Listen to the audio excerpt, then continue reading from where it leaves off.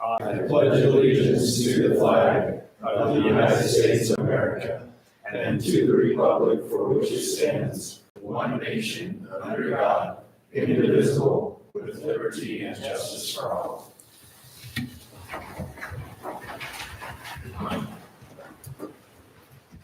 Father in heaven, we're grateful to bow our heads before thee at the beginning of this city council meeting.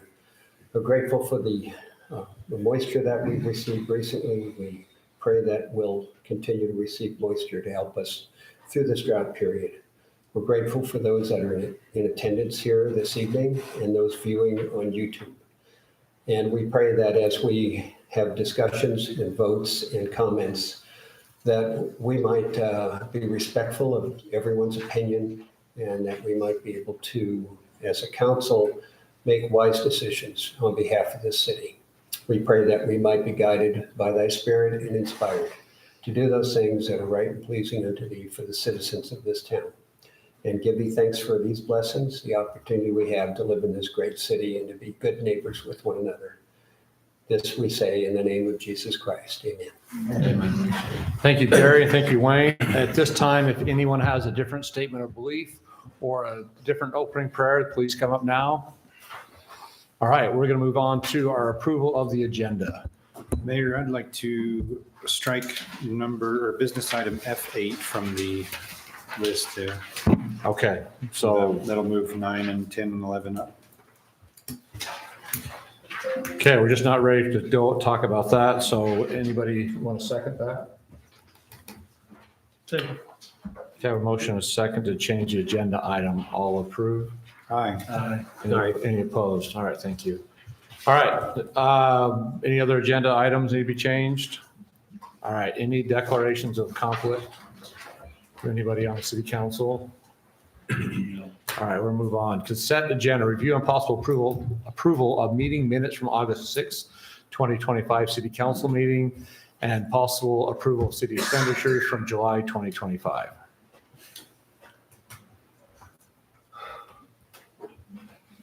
I move that we go ahead and we approve the meeting minutes for August 6th, as well as the city expenditures from July 2025.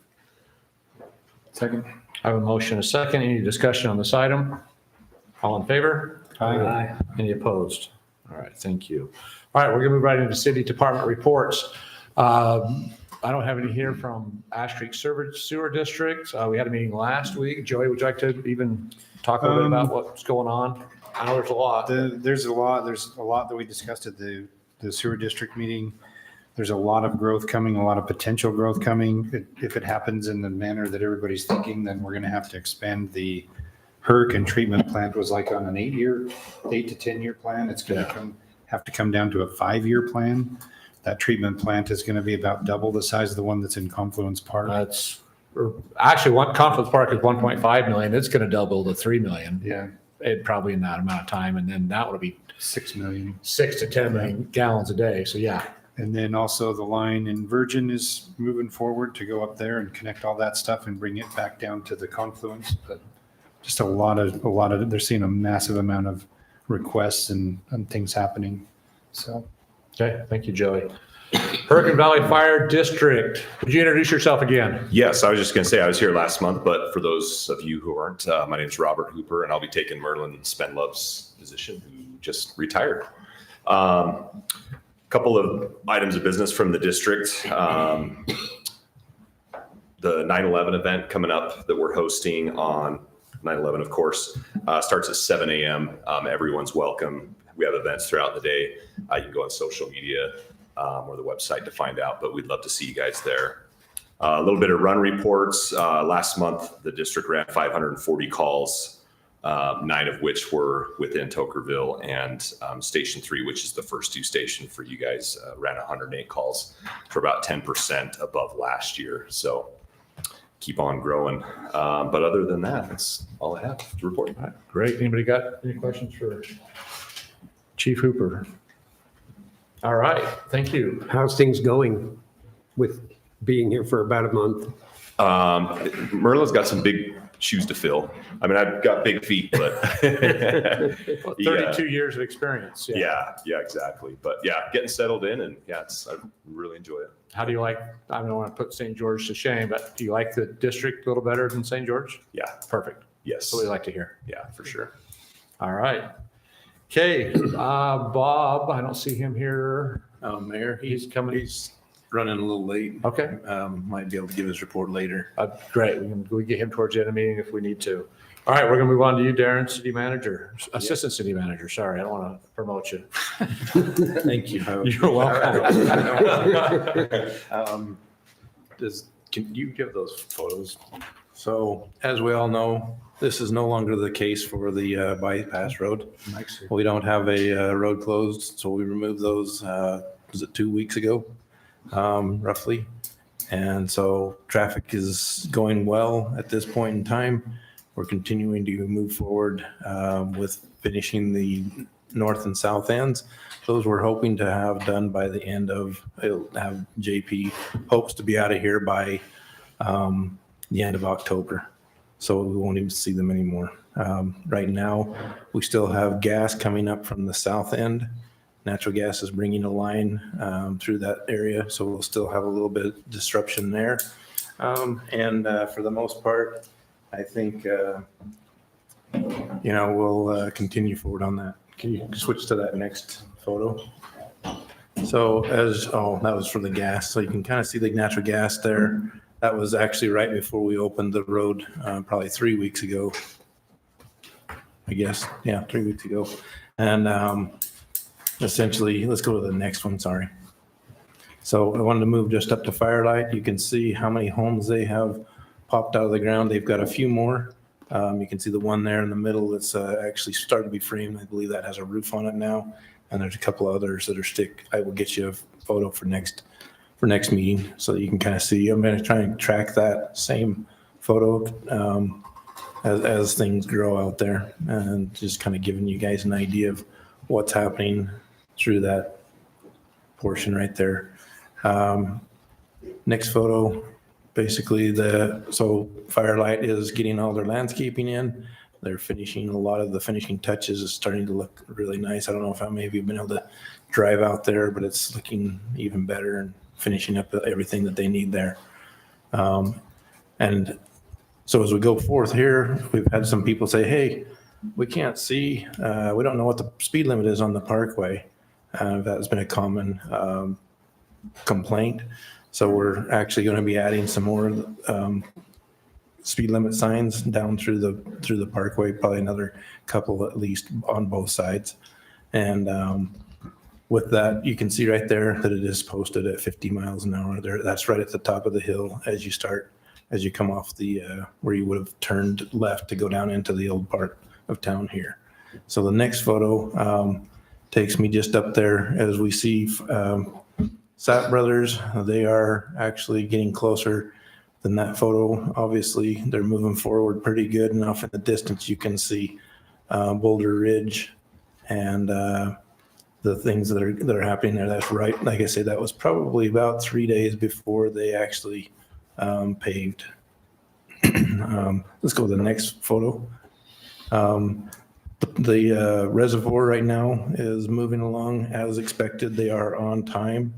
The contractor is still saying probably October to November of 2026 to have that complete and ready to start putting water in it. The next photo kind of shows you some of you asked me roughly where we're at as far as the height of the dam. So you can see off on the left there, I just kind of took that photo so that you could see the relationship between our new 2 million gallon tank and where the actual dam is. So it's just right over the ridge there. On the right-hand side, you can see the dam, the dike, whatever you want to call that. Dam is coming up pretty heavy. They're moving pretty quickly. You can see to the top on the left of the hillside there, that is the final where they'll go up to with the dam on that.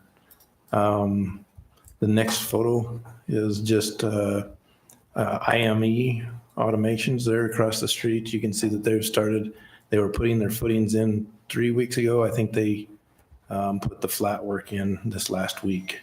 So next photo there. As you can see up on top of Anderson Junction, that's where the water district is getting the basalt for the dam. They're bringing the rock down through there from that haul road that they've created. And this was that haul site that they had up there, and they've had that for quite some time approved. Back in 2010, I believe, is when it initially came through. Next one is essentially Boulder Ridge subdivision. They are right now, currently, they are putting in sewer lines out there. They are continuing, that's basically, you can see where the track hoe is on the left. That's where they're putting that's actually where the proposed road is. They've still got some more grading to do for the other two pads. We have a total of 4 5-acre pads out there. So they're pretty big pads, or lots, I should say, not pads, big lots that they're creating there. Moving along at a good speed. So just another view from the other side of the freeway to see that. You can see down on the left side there where it comes under the freeway is where their regional detention basin is for the entire area. It's a fairly big detention basin. That was all designed with phase 1 drawings and all of that. So it brings all of the tributaries from the up there towards the Pine Valley Mountains down to that area. So it's moving along. Next one there. Again, just a little closer shot of IME automations and how far they're coming along. When they finish that, they've got another phase that they'll build in the next probably 5 years is what the owners are telling me there. It'll just be between the existing building, the building that they're building right now, and the freeway, and it has all the parking lot and everything. They've got a lot of that already designed. So the next photo, if there is one, there's probably not one. Okay, that's where the end of it is for the most part. That's mostly our most major projects starting out. I don't know if you have any questions about anything there, construction wise. I had one question. And I think I talked with Ben a little bit about it, but the consistency and the speed limits on the parkway. So consistency. So when you are heading northbound, it's 40 miles an hour through the south tie-in. Correct. And then it goes to 50 and it stays 50 all the way to the freeway. Yes. When you're going southbound, you get off the freeway and it's 35. And it's 35 all the way to the top. It's 35 all the way to the top where that bump is, and then it goes to 50. And then when you get down to the bottom where the south tie-in, it doesn't slow back down to 40. So you've got traffic going at different speeds both directions, so there should be some consistency. Okay, so just so you know, UDOT's traffic people that come through, they came through, she came through, I believe it was on Monday, and had some, they have some additional signs that they'd like to have put up. I'll have to review that. It might be one of those for the construction or for the traffic control plan there. Okay. So I will mention that to them. Okay. But yeah, so just know that one of the big ones that I pulled out of her, just as the conversation was they wanted to put another two 50-mile-an-hour lane signs on the parkway going both ways. So Yeah, that's fine, but we need consistency both directions through Anderson Junction and also through the construction. Through the construction areas, I would think. Yeah. So, Yeah, you know that when you're coming southbound and you go to turn to Tocqueville, yeah, that's scary. yeah, Those people are going right on you, and there's Yeah, I had 5 or 6 of them stacked behind me, yeah, and I had to slow, and they can't pass. They tried to get around, and they're not missing. yeah. There's not So- enough room there, and there's a little detour sign there. Nobody knows there's a turn coming up because there's no delineation. There's nothing. There's no And they're- striping. Yeah, and then They're coming down that hill pretty fast. we asked UDOT to review that. Semi trucks can't stop. If I'm going to pull over and make that left turn, they can't stop in time if they're 100 yards behind me. Yeah, I get you. I They get need to you. be fixed. That's been a concern of ours as well. We, with the same concern we've talked about. We're supposed to have the final report from Ann's drive-through from UDOT. So by tomorrow, so I'll, at our construction meeting, so we'll talk about it then. And that's a dark intersection at night too. There's nothing there. Yes, it is. The whole parkway is pretty dark, but That's good. I guess our dark You like sky the dark ordinance is skies. working, right? You just gotta touch up the devices so people can see, because they don't, yeah. Yeah. They're all coming off. Any more questions for Darren? We're going to back up a little bit and let Mike have his 2 cents. I murdered what you're going to say. So Joey report a little bit for you, but now that you're here, we're not going to, since you drove all the way out here, I didn't want to, Well, I apologize for misjudging my commute. it's a Must traffic. have been going 35 the whole way. I didn't see that 50-mile-an-hour sign. Just a couple of quick updates. We're at about 75% complete on our Confluence Park treatment plant. We're still on target to be commissioned by December. We'll be starting that up, as well as the reuse pump station for the Conservancy District on that site at that time. So things are moving along quickly there. Additionally, with all of the projects Darren mentioned going on, we've had a lot of inspections out going on with these, in addition to plan reviews, not only for the Firelight project, but as well as for Silver Cliffs, your Leeds neighbor, and some of the other adjacent properties. You guys have a lot going on. I guess we're just trying to keep up. So I think other than that, I'm happy to answer any questions that you have on our specific items, if there are any. Anything for sewer district? All right. Great, thank you. Thanks, Mike. Bob, we have you on here. You want to do it now or you want to do it towards the end of the meeting? What do you want to Just do? if you got, I mean, Darren kind of covered it. I Yeah. apologize for being late also. Darren, yeah, no I problem. made a couple notes, Wayne, thanks for that. We'll look at that intersection. I agree that there's a Tokerville sign that will go up there. Right now it just says detour, but that's gonna be replaced with a Tokerville sign, but I think we could add a intersection ahead sign or something like that. to Get those guys out. I'm sure when it's all done and painted, there'll be a turn lane and there's, Right. once we get the full width. Yeah. Even just get the cones out of the way, you know? Yeah. Okay. Yeah. Unless you have any questions. Did you want to talk a little bit about the just timelines and JP and Yeah, right now the JP schedule shows them finishing in October. So they think they're going to be about 3 to 4 weeks on finishing that North T intersection.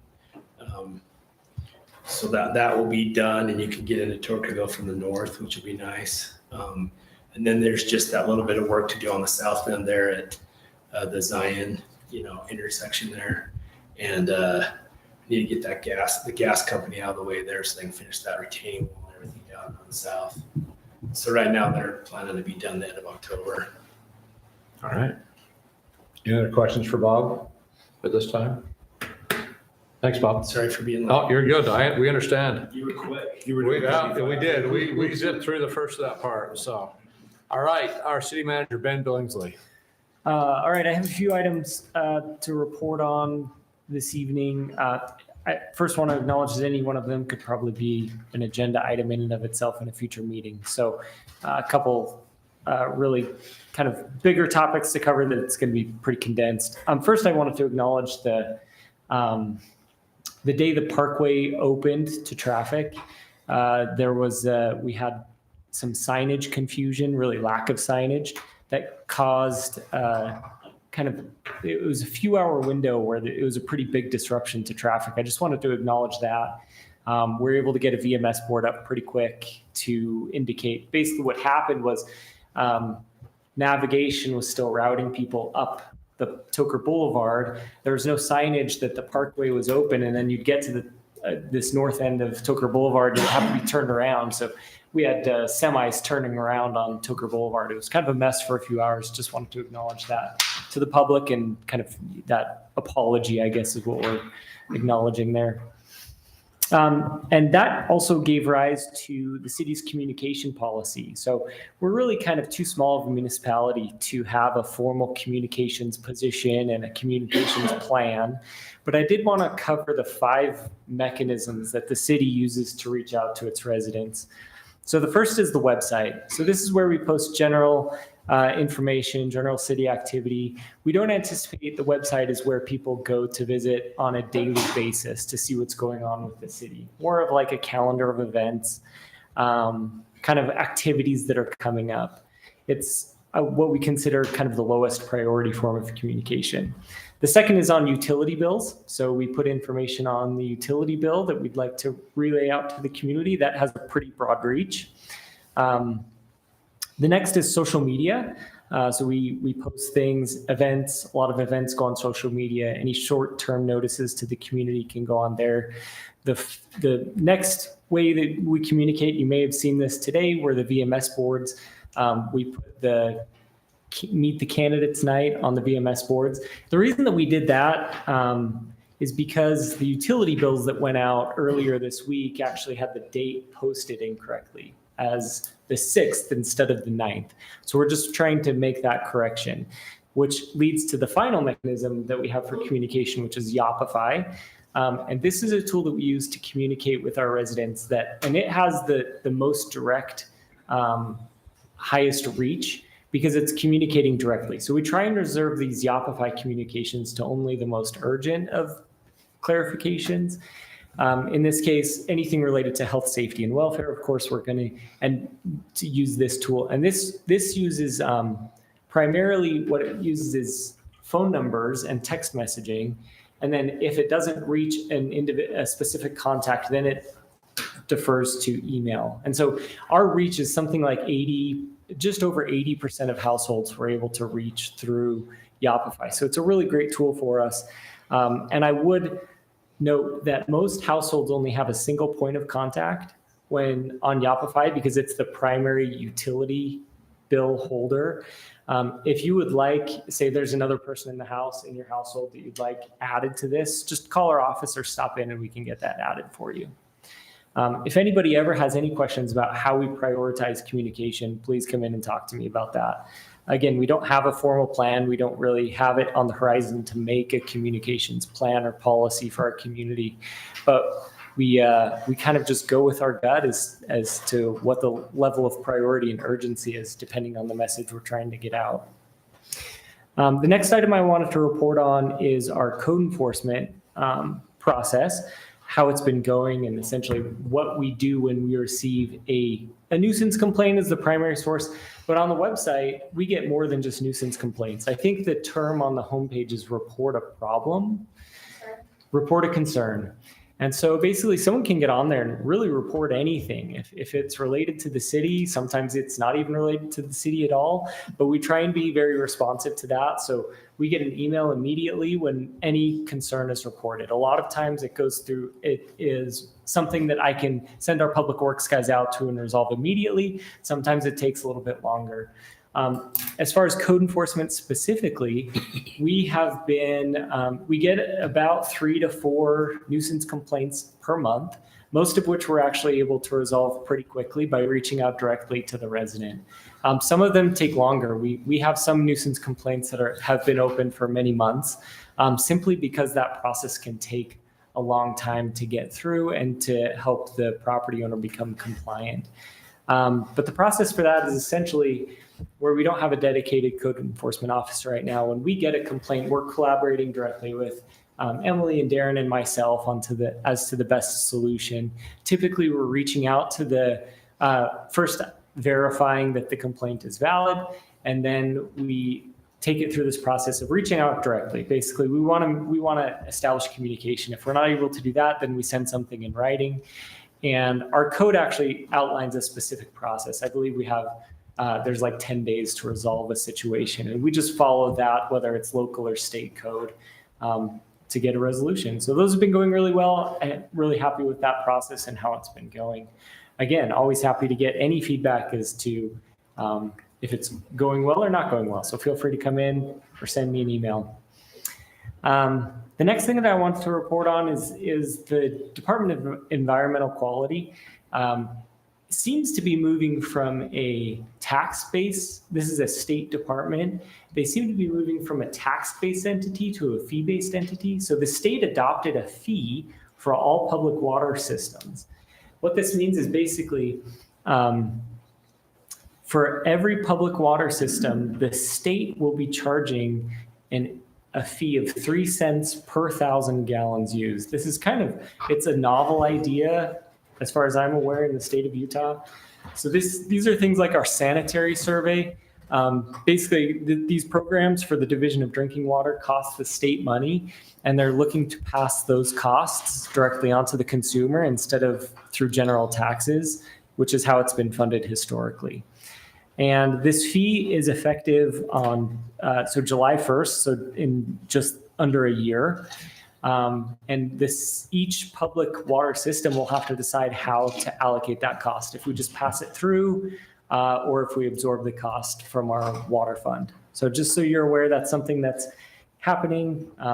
Is that drinking water only? Is that secondary water? There is an exclusion for secondary water systems. I forget, I know that it's related to agricultural water. I'm not sure if the exclusion includes residential secondary water. Okay. That probably kind of more information on that. I know it's possible that anyway, I don't know. Right. But Okay. we'll get more information on that.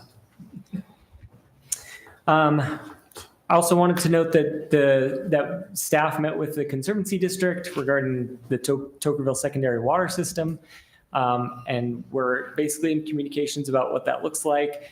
It's likely that we would recommend having town halls through the next kind of in like early spring of 2026, just to start engaging the community on what that would look like. So more to come on that. I wanted to speak briefly about the Westfield Connector Road. This has come up, a lot of community members engaged about this because anybody that lives in an area desires direct access to the parkway. I think that that's very understandable. There was a period of time when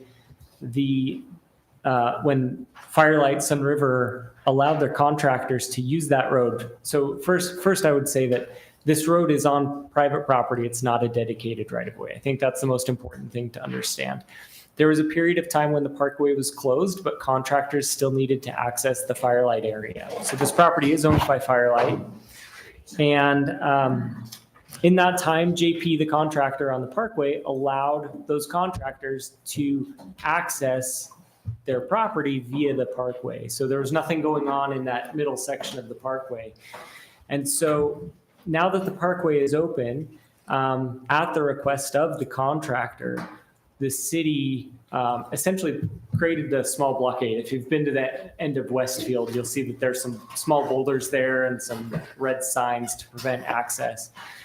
This is not a road that the city has the ability to open simply because it's not a dedicated right-of-way. We're working with the developers. Obviously, it's, everybody knows it's master planned to be open as that area is developed. And so from what we understand, the developer is working on a funding mechanism to get that project completed. But that, those things just take time and it will align with the development in that area. But we are essentially just subject to their timeline for that Westfield Connector Road. And finally, I wanted to report on the first, it's not the first, they go year round, but the Legislative Policy Committee with the Utah Leagues of Cities and Towns had a meeting in which we talked about the next legislative session. The two items that are really on the horizon that would or could potentially affect Toquerville are the state mandates as it relates to internal and external accessory dwelling units, ADUs. This has been talked about in our Planning Commission meetings already, in which Planning Commission gave direction to staff to begin drafting an ordinance to consider, to contemplate what ADUs look like in Toquerville. And I would say, based on what we have heard from the Planning Commission, what we've discussed with the Planning Commission, and what we've heard from the state, we believe that the ordinance that we're drafting is in line with what the state will be imposing on cities, because there are some communities that just oppose ADUs outright, and there's this middle ground that the state may impose on municipalities. So far we feel pretty good about that. The other item that could affect Tokerville is the regulation of transportation utility fees. This is something that's been a conversation for years. How cities essentially pay for the maintenance of roads, road maintenance, because as we know, B&C road funds are insufficient. Often property taxes are also insufficient. So there's probably going to be more regulation as it relates to those transportation utility fees from this next legislative session. Those are the two items that are kind of most relevance. That wraps up my report. Okay, can we go back? Absolutely. All right, let's go back and talk about Westfield Road again. I have an email I need to read later because the person couldn't be here tonight, so he sent me an email, and we'll do that in public forum. But fire access from Westfield Road out, all those hundreds of homes, and the whole time we've been talking about that Westfield Road is our emergency exit. So that's just something to talk about, So that's on there. Anything else on Westfield Road real quick before we move on? I mean, it's not good. Understood. Yeah. Yep. The city's in an interesting position with this road where previously it's kind of been open, quasi-open. Again, it's just simply not a dedicated right of way. So Right. we're pretty limited in what we can do. We are. I bring up, like I said, there'll be more about that in a minute. So, Perfect. but not that we can discuss it, but we can at least bring it up. Yeah. All right. Any other questions for Ben on anything? The accessory dwellings, the size of our city doesn't exempt us from that? So I think historically there's this 5,000 resident threshold that we fall under, and that's the moderate income housing plan, which that ADUs a part of a moderate income housing plan? It could be if you adopted that as a part of your plan. Yeah, something you could use in that strategy. But what they're They want a talking about requirement. now as far as regulating would be kind of overall what cities can or cannot restrict as it relates to that, not just tied to that same threshold of As the 5,000. statute's currently written, it applies to all, so there wouldn't be an exemption for size of city, as far as I'm aware. There would not be. No, Okay. Thank you. Okay. but that could change with the new legislation. I haven't seen it. I'd say it's unlikely that it gets less restrictive. Right. I think that's true. Okay. Any other questions for Ben? All right. We're going to move Mayor, you on. want me to do a quick mosquito update? Yes, let's do that. Okay. Absolutely. Let's hear about our 47 So- mosquitoes. Yeah, exactly. So we are very fortunate that we have not had any West Nile down here in Washington County. So we've been very fortunate for that. The district sets out about 35 traps weekly throughout Washington County and 5 placed in the outer line areas. The mosquito collections are down about half compared to this time last year, or actually the middle of August. One of the reasons for that is because they really hit Fire Lake last year where they had a lot of Yep, issues. overnight So ones. they've done a lot, and they didn't see the large hatch like they did last year. So that's one of the reasons that it's down. Yeah, we fortunately have probably the best mosquito abatement in the whole state. These Yes. guys are really good. They do a good job. So Yes. kudos to Sean and his crew. So Exactly. any questions about mosquitoes for Todd? All right, anybody here seen a mosquito this summer in town? Just curious. I have not. I don't have any in my house. It's really nice. So we love what they're doing. All right, we're going to open up our public forum. And when we do that, I'm going to read this email real quick in the public forum. This is from DC Young. It says, topic, concern about the current status of Westfield Road connection to the Tokerville bypass. It seems that the developer involved with building Firelight and the construction of the bypass road intended to become State Route 17 is able to manipulate the city council much more effectively than citizens of the city. The proposal approved by the city council at the start of Firelight development process included an extension of Westfield Road connecting to the bypass, the proposed bypass. This was one of the positive conditions for promoting the bypass to give a second access to the existing homes that require access on Westfield Road and are west of Ash Creek. That was intended to resolve a long-running problem that those homes did not have the protection of a second access, violating a basic regulation for fire and safety security. When the proposal for the bypass road was approved, the requirements were that contracting vehicles would not use city streets. That requirement was quickly ignored as much as the construction traffic for a significant period of time. Required the use of the Westfield Road to be able to build both the bypass and the Firelight development. The access involved the unpaved extension of Westfield Road to reach the bypass right of way. Also recently, when connections of the Toker Boulevard to the bypass were begun, Westfield Road was used to allow Firelight associated construction vehicles access to Firelight construction site. Again, using the proposed extension of Westfield Road. The city even posted a reminder speed sign to control speed on Westfield Road, specifically targeting those vehicles needed to use the unpaved purposed extension. But now it seems that he's got it missed in here. It just posed that because the construction efforts do not require the use of Westfield Road, that suddenly the promised extension of Westfield Road is blocked off, preventing anyone from using that promised extension as a second egress and putting Westfield Road citizens back in noncompliance with fire and safety regulations. It has been said that the proposed extension to the Westfield Road is not even a defined right-of-way and remains privately owned. And looking at the ownership records of Washington County Recorder's website, the ownership is by Sun River, the same as the Firelight development, but the right-of-way is designated in bold yellow so the county must know that it is to become a road someday. My question is, why are Tocqueville citizens now barred from using the unpaved extension to the Westfield, and when will the extension of Westfield Road be completed? DC Young. All right. At this time, anyone else would like to get up and talk about things that are not on the agenda, please come up and the podium. Dan Catlin, one of the other Westfield people.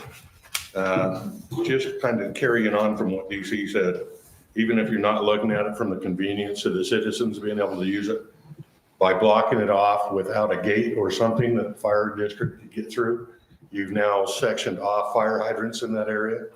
You've also taken out any emergency egress for that area if we needed it. Even if it is private property, if we had to get people out of there, it would have been nice to be able to get them out that way.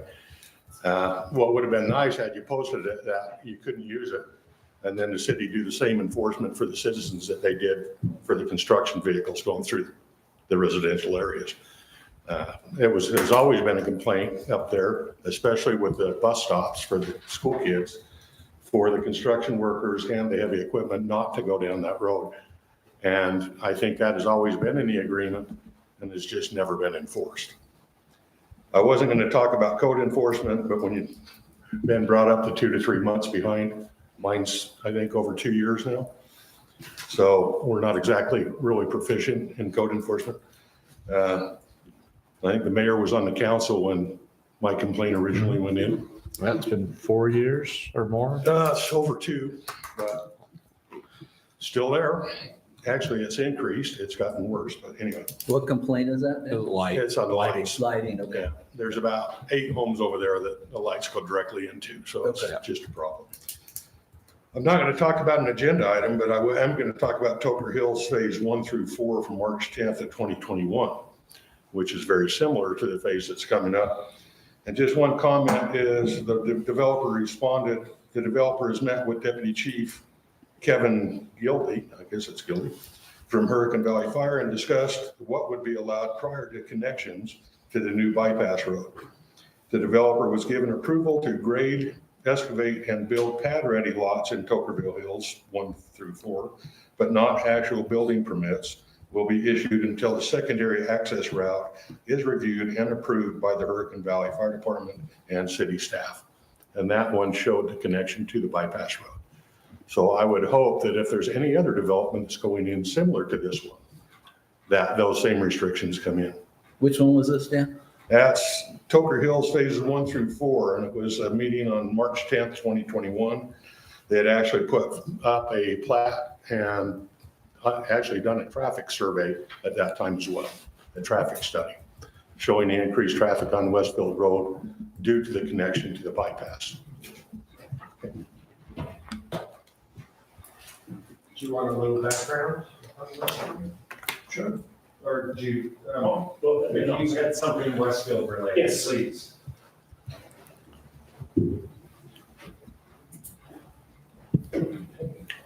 Stacy Eaton, Ash Creek Drive. Yeah. So when the whole Firelight thing was sold to us, it was going to be, we're solving the problem on Westfield Road. The problem has not been solved. And I put the blame squarely on you guys sitting up there. Because one, you allowed construction on Westfield Road when it wasn't supposed to be allowed. You allowed the developer to even turn dirt when it was against an agreement made with another property owner who donated the property. And when Firelight said, hey, we're gonna develop right there on Westfield, and then they decide, no, we're gonna start over. I don't blame Firelight for any of it. All they can do is come to you guys and say, this is what we wanna do. You guys are the ones that are supposed to stop this nonsense. And you're supposed to be honoring agreements, and you don't. So we don't have a connection on Westfield to the bypass road, not because of Firelight, but it's because you guys allowed it.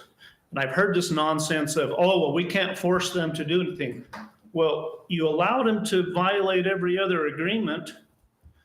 All you had to do was hold their feet to the fire and said, no, you agreed to build this road, and we're not going to allow you to do anything until you do build this road. Again, it's not their fault. All they can do is come and ask you. You guys allow it. And I did encourage you guys to stop allowing this. So, and I hear rumors, and I'd like to kind of know, is it true or not? Maybe the road's going to be built, but in exchange for either tax credits or building credits or something with Firelight, there's going to be some credits going on there. Taxpayers should not be paying for this road. You guys allowed it. Figure out how to make Firelight live up to their agreement. But there shouldn't be credits. There shouldn't be extra things. Make them pay for the road. Thank you. Thank you. Sorry, Scott. Hi, Scott McCall with Firelight. You know, we've always talked about Westfield. We even have design plans for it. There were different phases that we were going to put in front. That was going to be one of the initial projects we were going to do. It turned out it didn't pencil at the time. When we got Toker Hills approved through a preliminary plat, and we were through a couple reviews of the construction plans, and then we had it bid, and it just wasn't penciling at all. So we had to pivot from that project and focus on our Sun River Firelight project and the Parkway, which obviously you all know took a lot of resources and a lot of attention. That put Westfield in the background. We have Westfield master planned. We even have the boundary of it designated. We have a draft road dedication plat. We never committed to building and paving that road before anything else. Toker Hills would have required it to be put in, but there was no parkway to attach it to at that time. Now we have a parkway. We are waiting, and we've got several proposals for adjacent property to Westfield. Any adjacent project obviously would trigger the construction of Westfield Road. So if we can get one of these projects off the ground, that would pay for it. We don't have the funds to build a road without an associated project right now. So it could be Toker Hills, could be one of the adjacent pads. There might be a method, if we get some additional funding toward the end of the year, that it could go in earlier. We have been in discussion with the city on some things, some different ways that could be done. That is our current path. But there's never been any timeline associated, no commitment to get that road in by the time the parkway was constructed. Westfield Road access turns out to have been a catch-22. How do you build the parkway without, having some access from Westfield? I think that was the reason why that everybody realized that that was a non-starter, that some access was necessary. There is a water line in Westfield Road, so the very first construction element has been installed. That was something that had to be done to loop in the water tank and to loop in the city water system.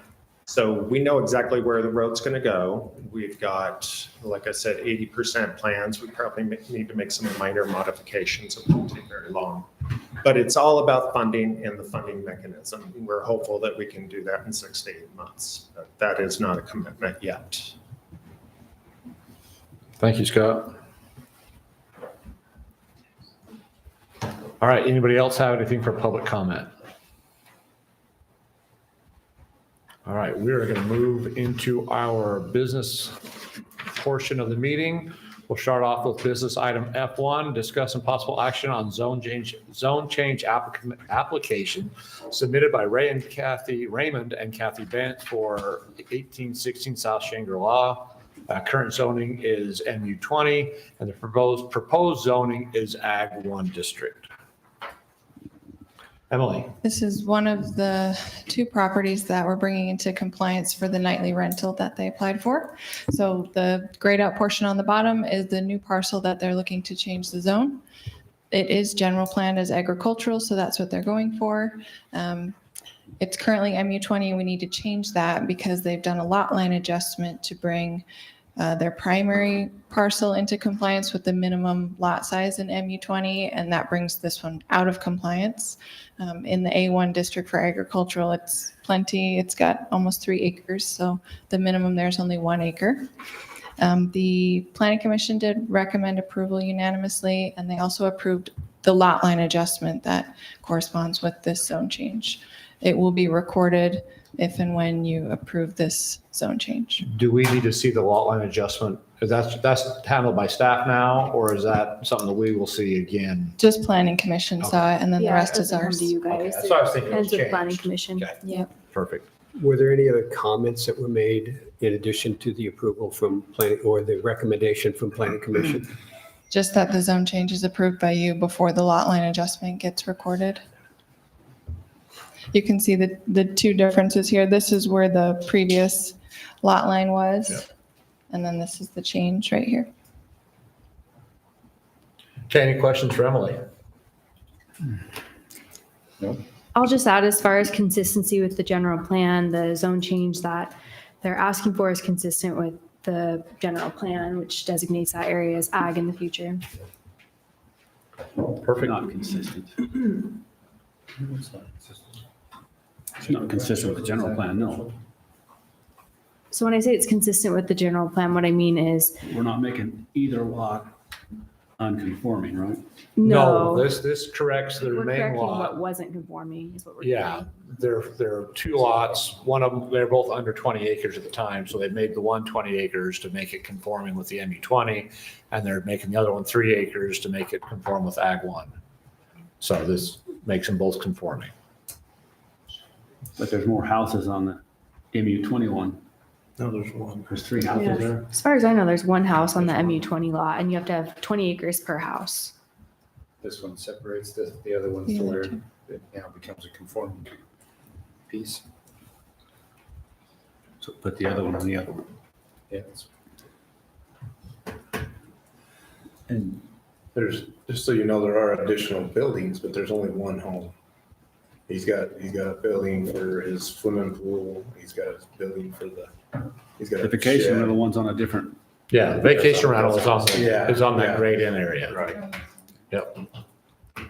And our nightly rental ordinance doesn't specify whether it's a ag or It doesn't matter. residential, it doesn't matter. It doesn't. Okay, any more questions? I'll entertain a motion.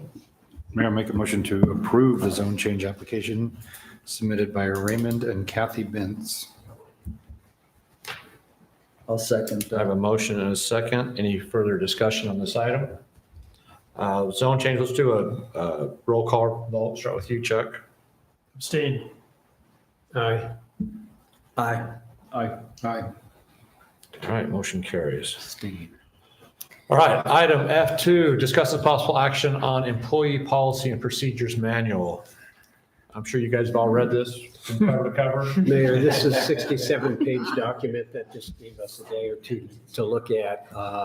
I would propose that we table the item, and Was there- I would recommend. Okay, hang on a second. Was there someone here to discuss? We do have an attorney from our That's office right. here that spearheaded these revisions. That's here to talk about just generally what he did. So Okay, before we we should probably table, turn it let's- over to James. Before we Yeah, table let's have James. Is he online? it. He's on Yes. Zoom. Okay, so let's not cut James off the knees yet. He's already online, so let's let him speak real quick and then we can.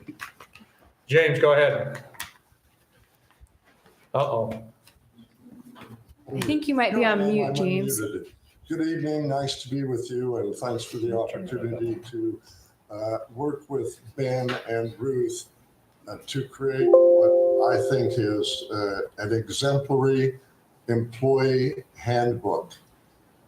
Ruth and Ben put a lot of effort into this. I'm not tooting their horn, I'm just telling you that I've seen a lot of these, and I think you are well served with this document now.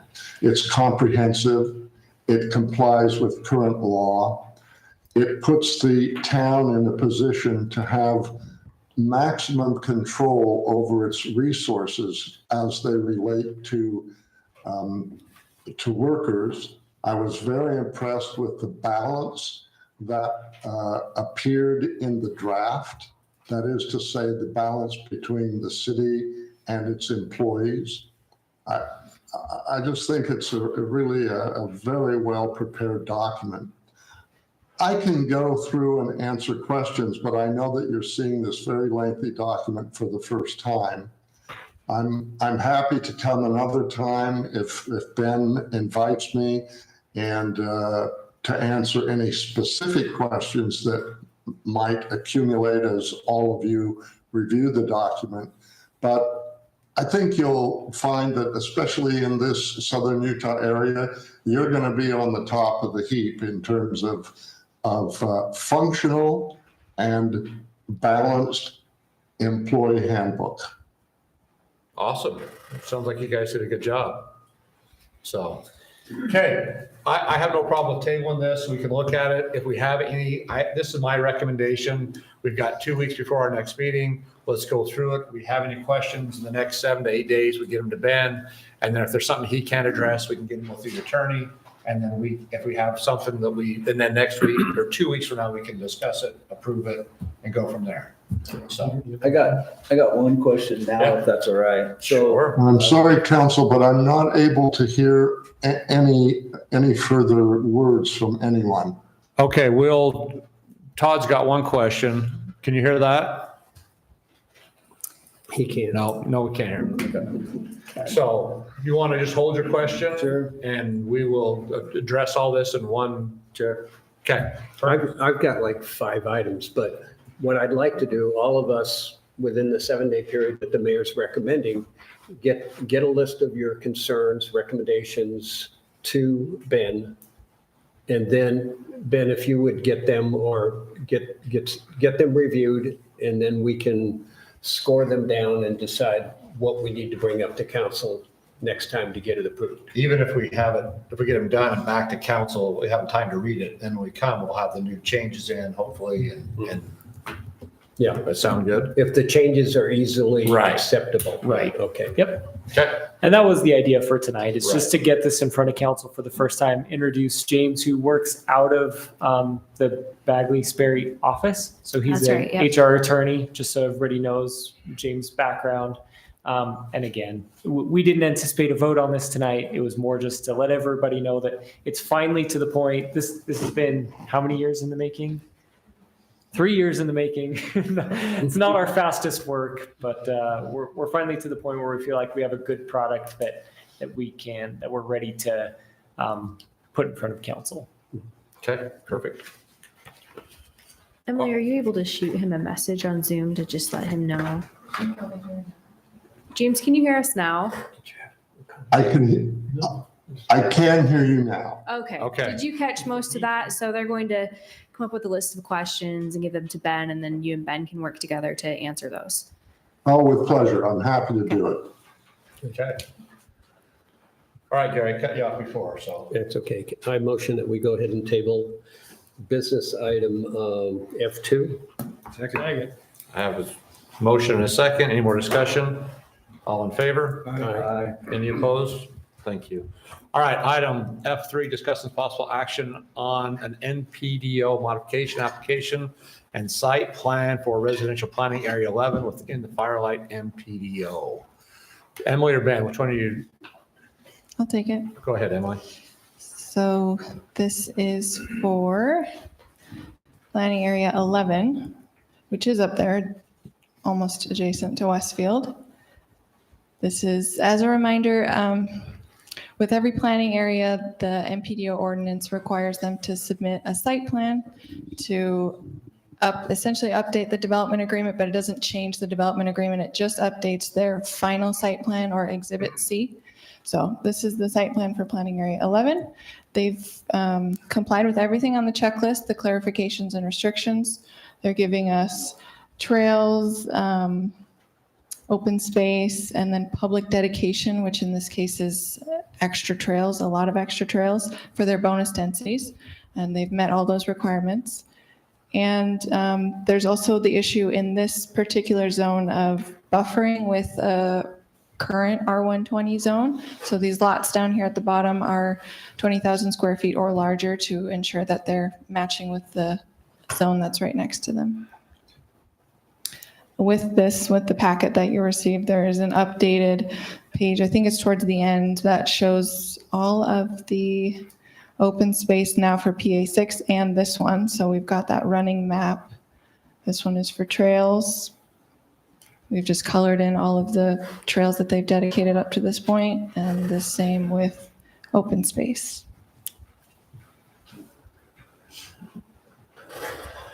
If you have any questions for me, I can answer them, or Jeff is here, or Stephen is here. So, so they're doing a modification of the site plan, right? Right. They're modifying the site plan, but only for planning area 11. Okay. So you should expect to see this. You're going to see every single planning area Right. essentially as they comply with the NPDO Okay, so restrictions. the planning commission, according to the agenda item C, the planning commission approved all lot widths and sizes, right? Yes, planning commission just looks at lot widths and sizes. That's it. Okay, And they so- decide whether they meet the So how many standards. lots are in this planning area 11? That's a good question. I think 222, yeah. Okay, so these lots are already designated, correct? This is kind of the 30,000 foot view. They may change a little when they bring in preliminary plat for each phase. Okay. This is but- just the overall. But the lots are designated. No. They're not. No, they will do that when they're, after it's all drawn and they nail it down exactly.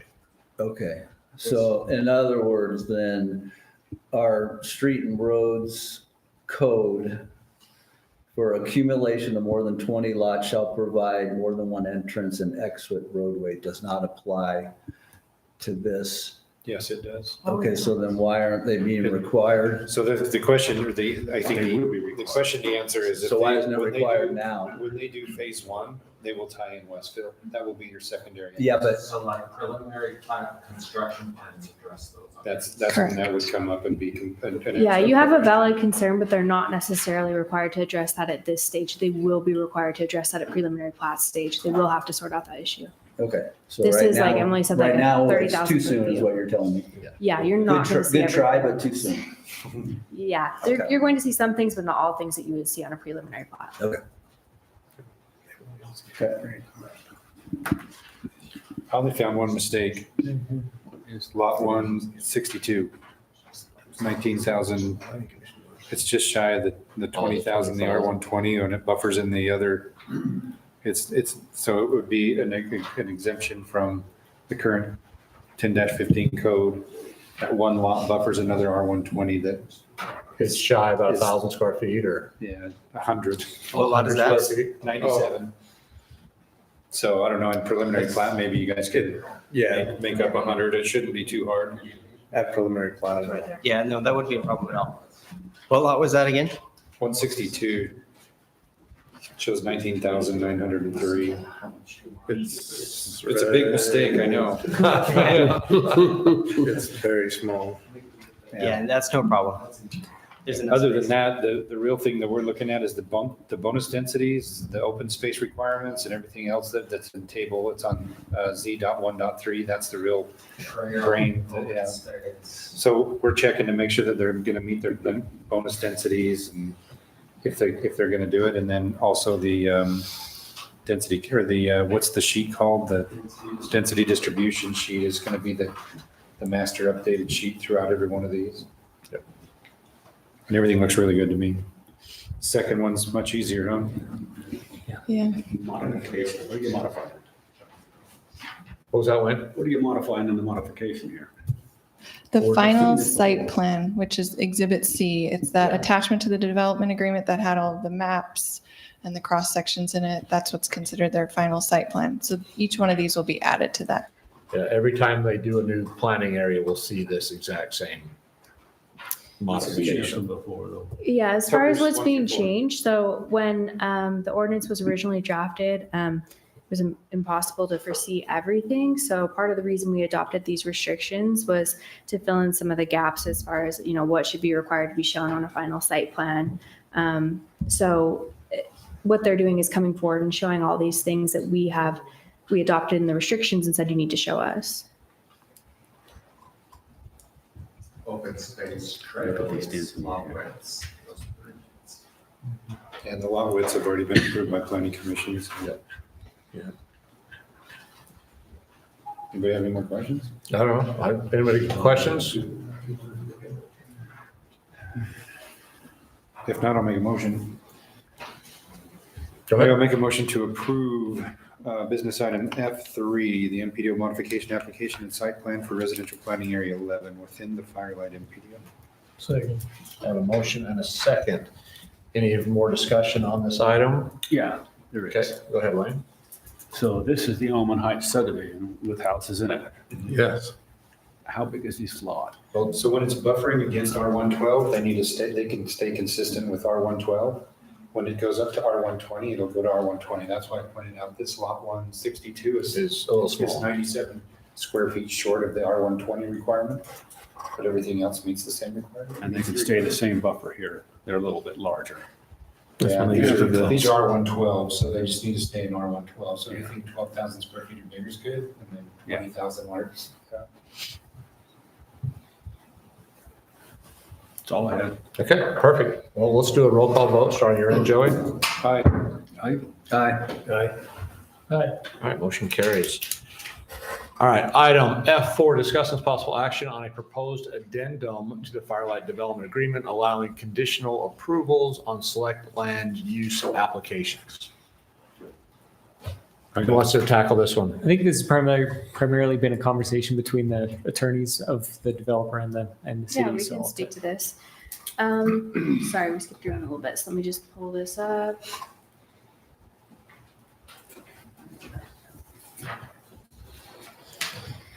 Okay, so the situation here is just backing up. With the MPDO zoning approval that was given, we gave zoning approval to a landowner who didn't own the land. So the question becomes, how do we protect the city as far as moving forward? Because, they're entitled to move forward and proceed with, subdivision entitlements, commercial entitlements. So this is our solution as far as how to protect the city in those situations.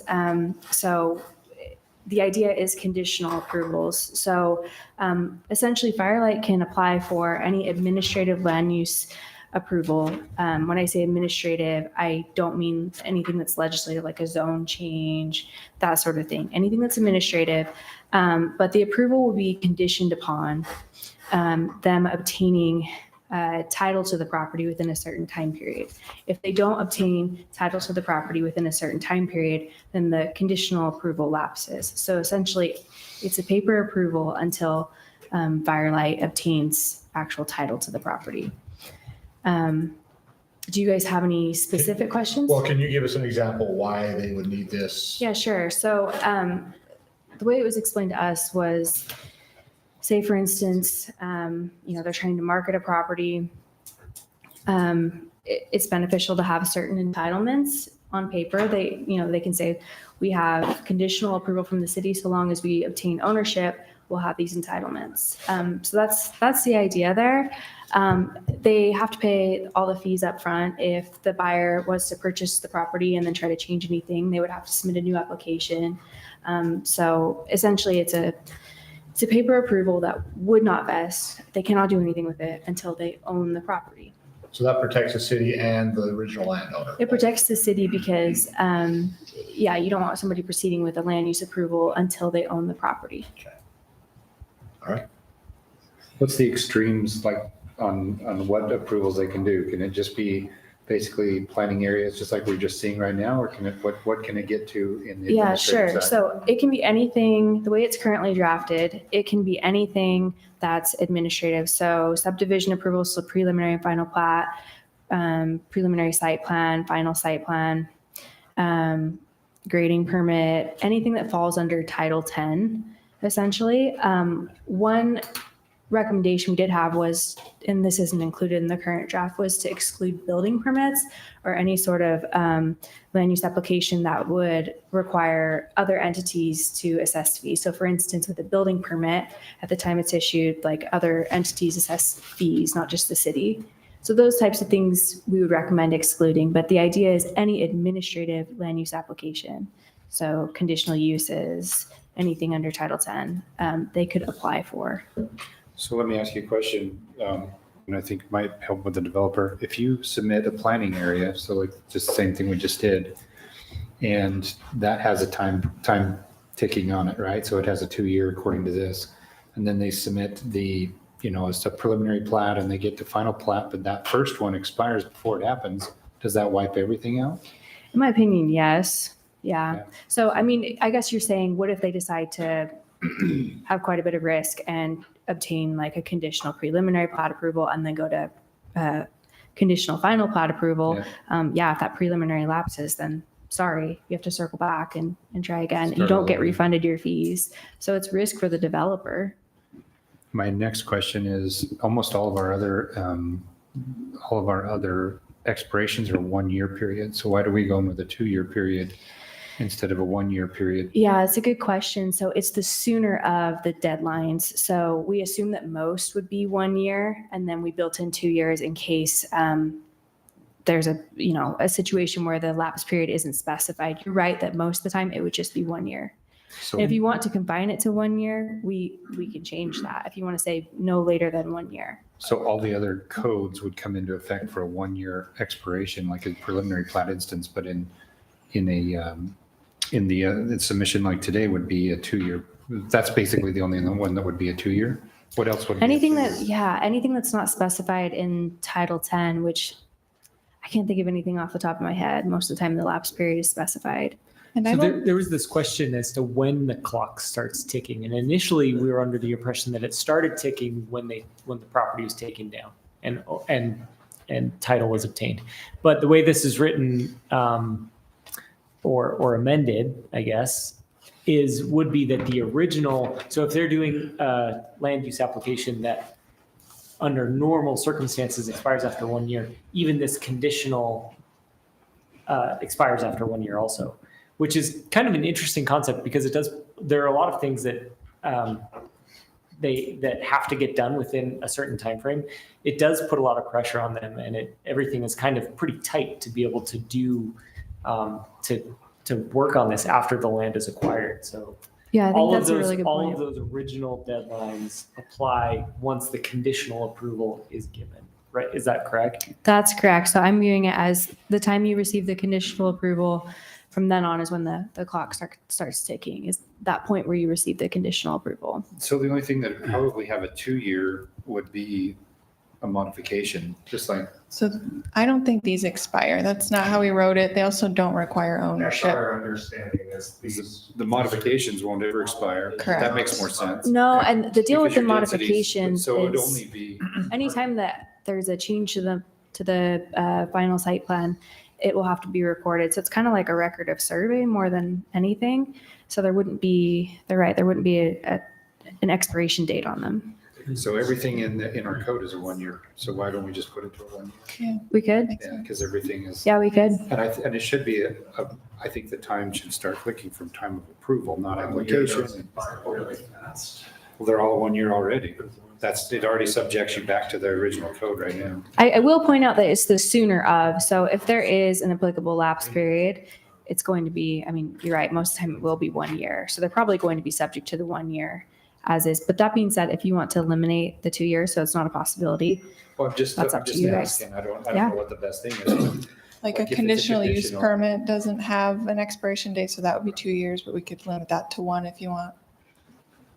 That's the only one I can think of that doesn't already have an Yeah, good point. expiration. So out of a request, you want to deviate from the formal annexation process, just out of, because of no, request? that's not it. So the way that the development agreement's currently written, Well, it if you reads change as- it, then you're not following the process you're following now.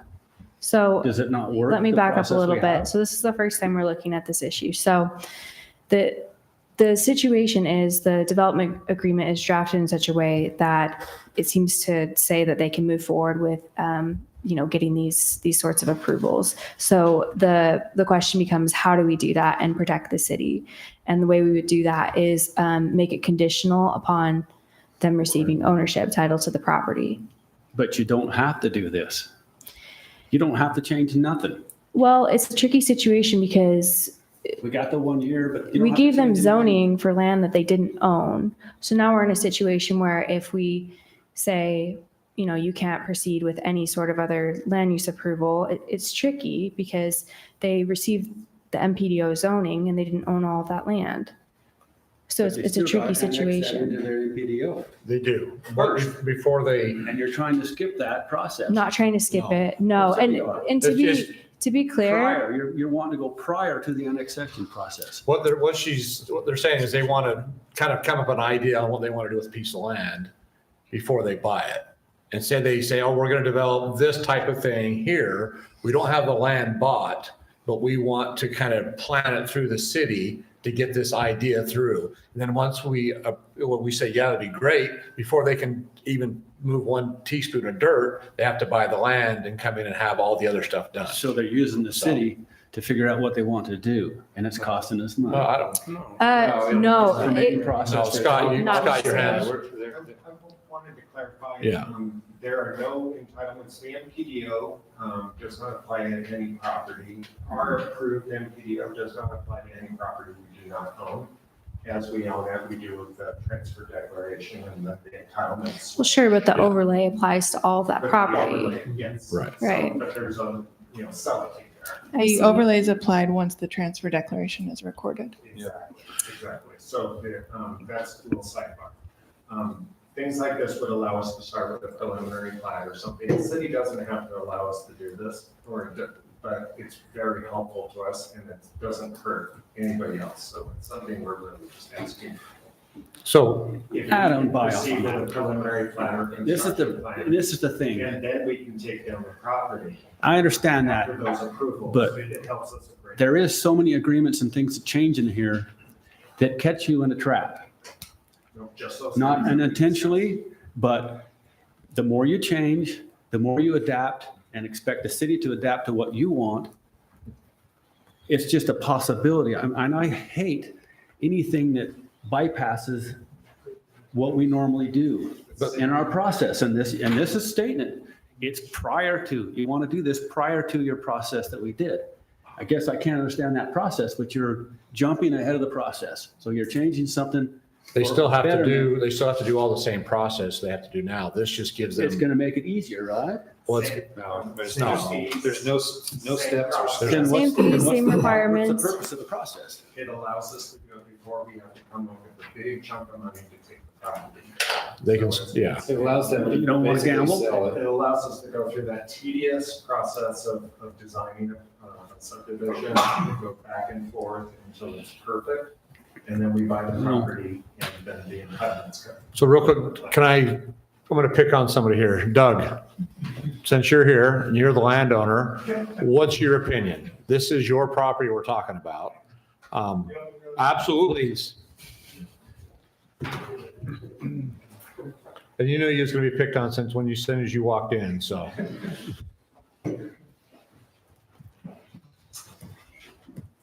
Doug Westbrook.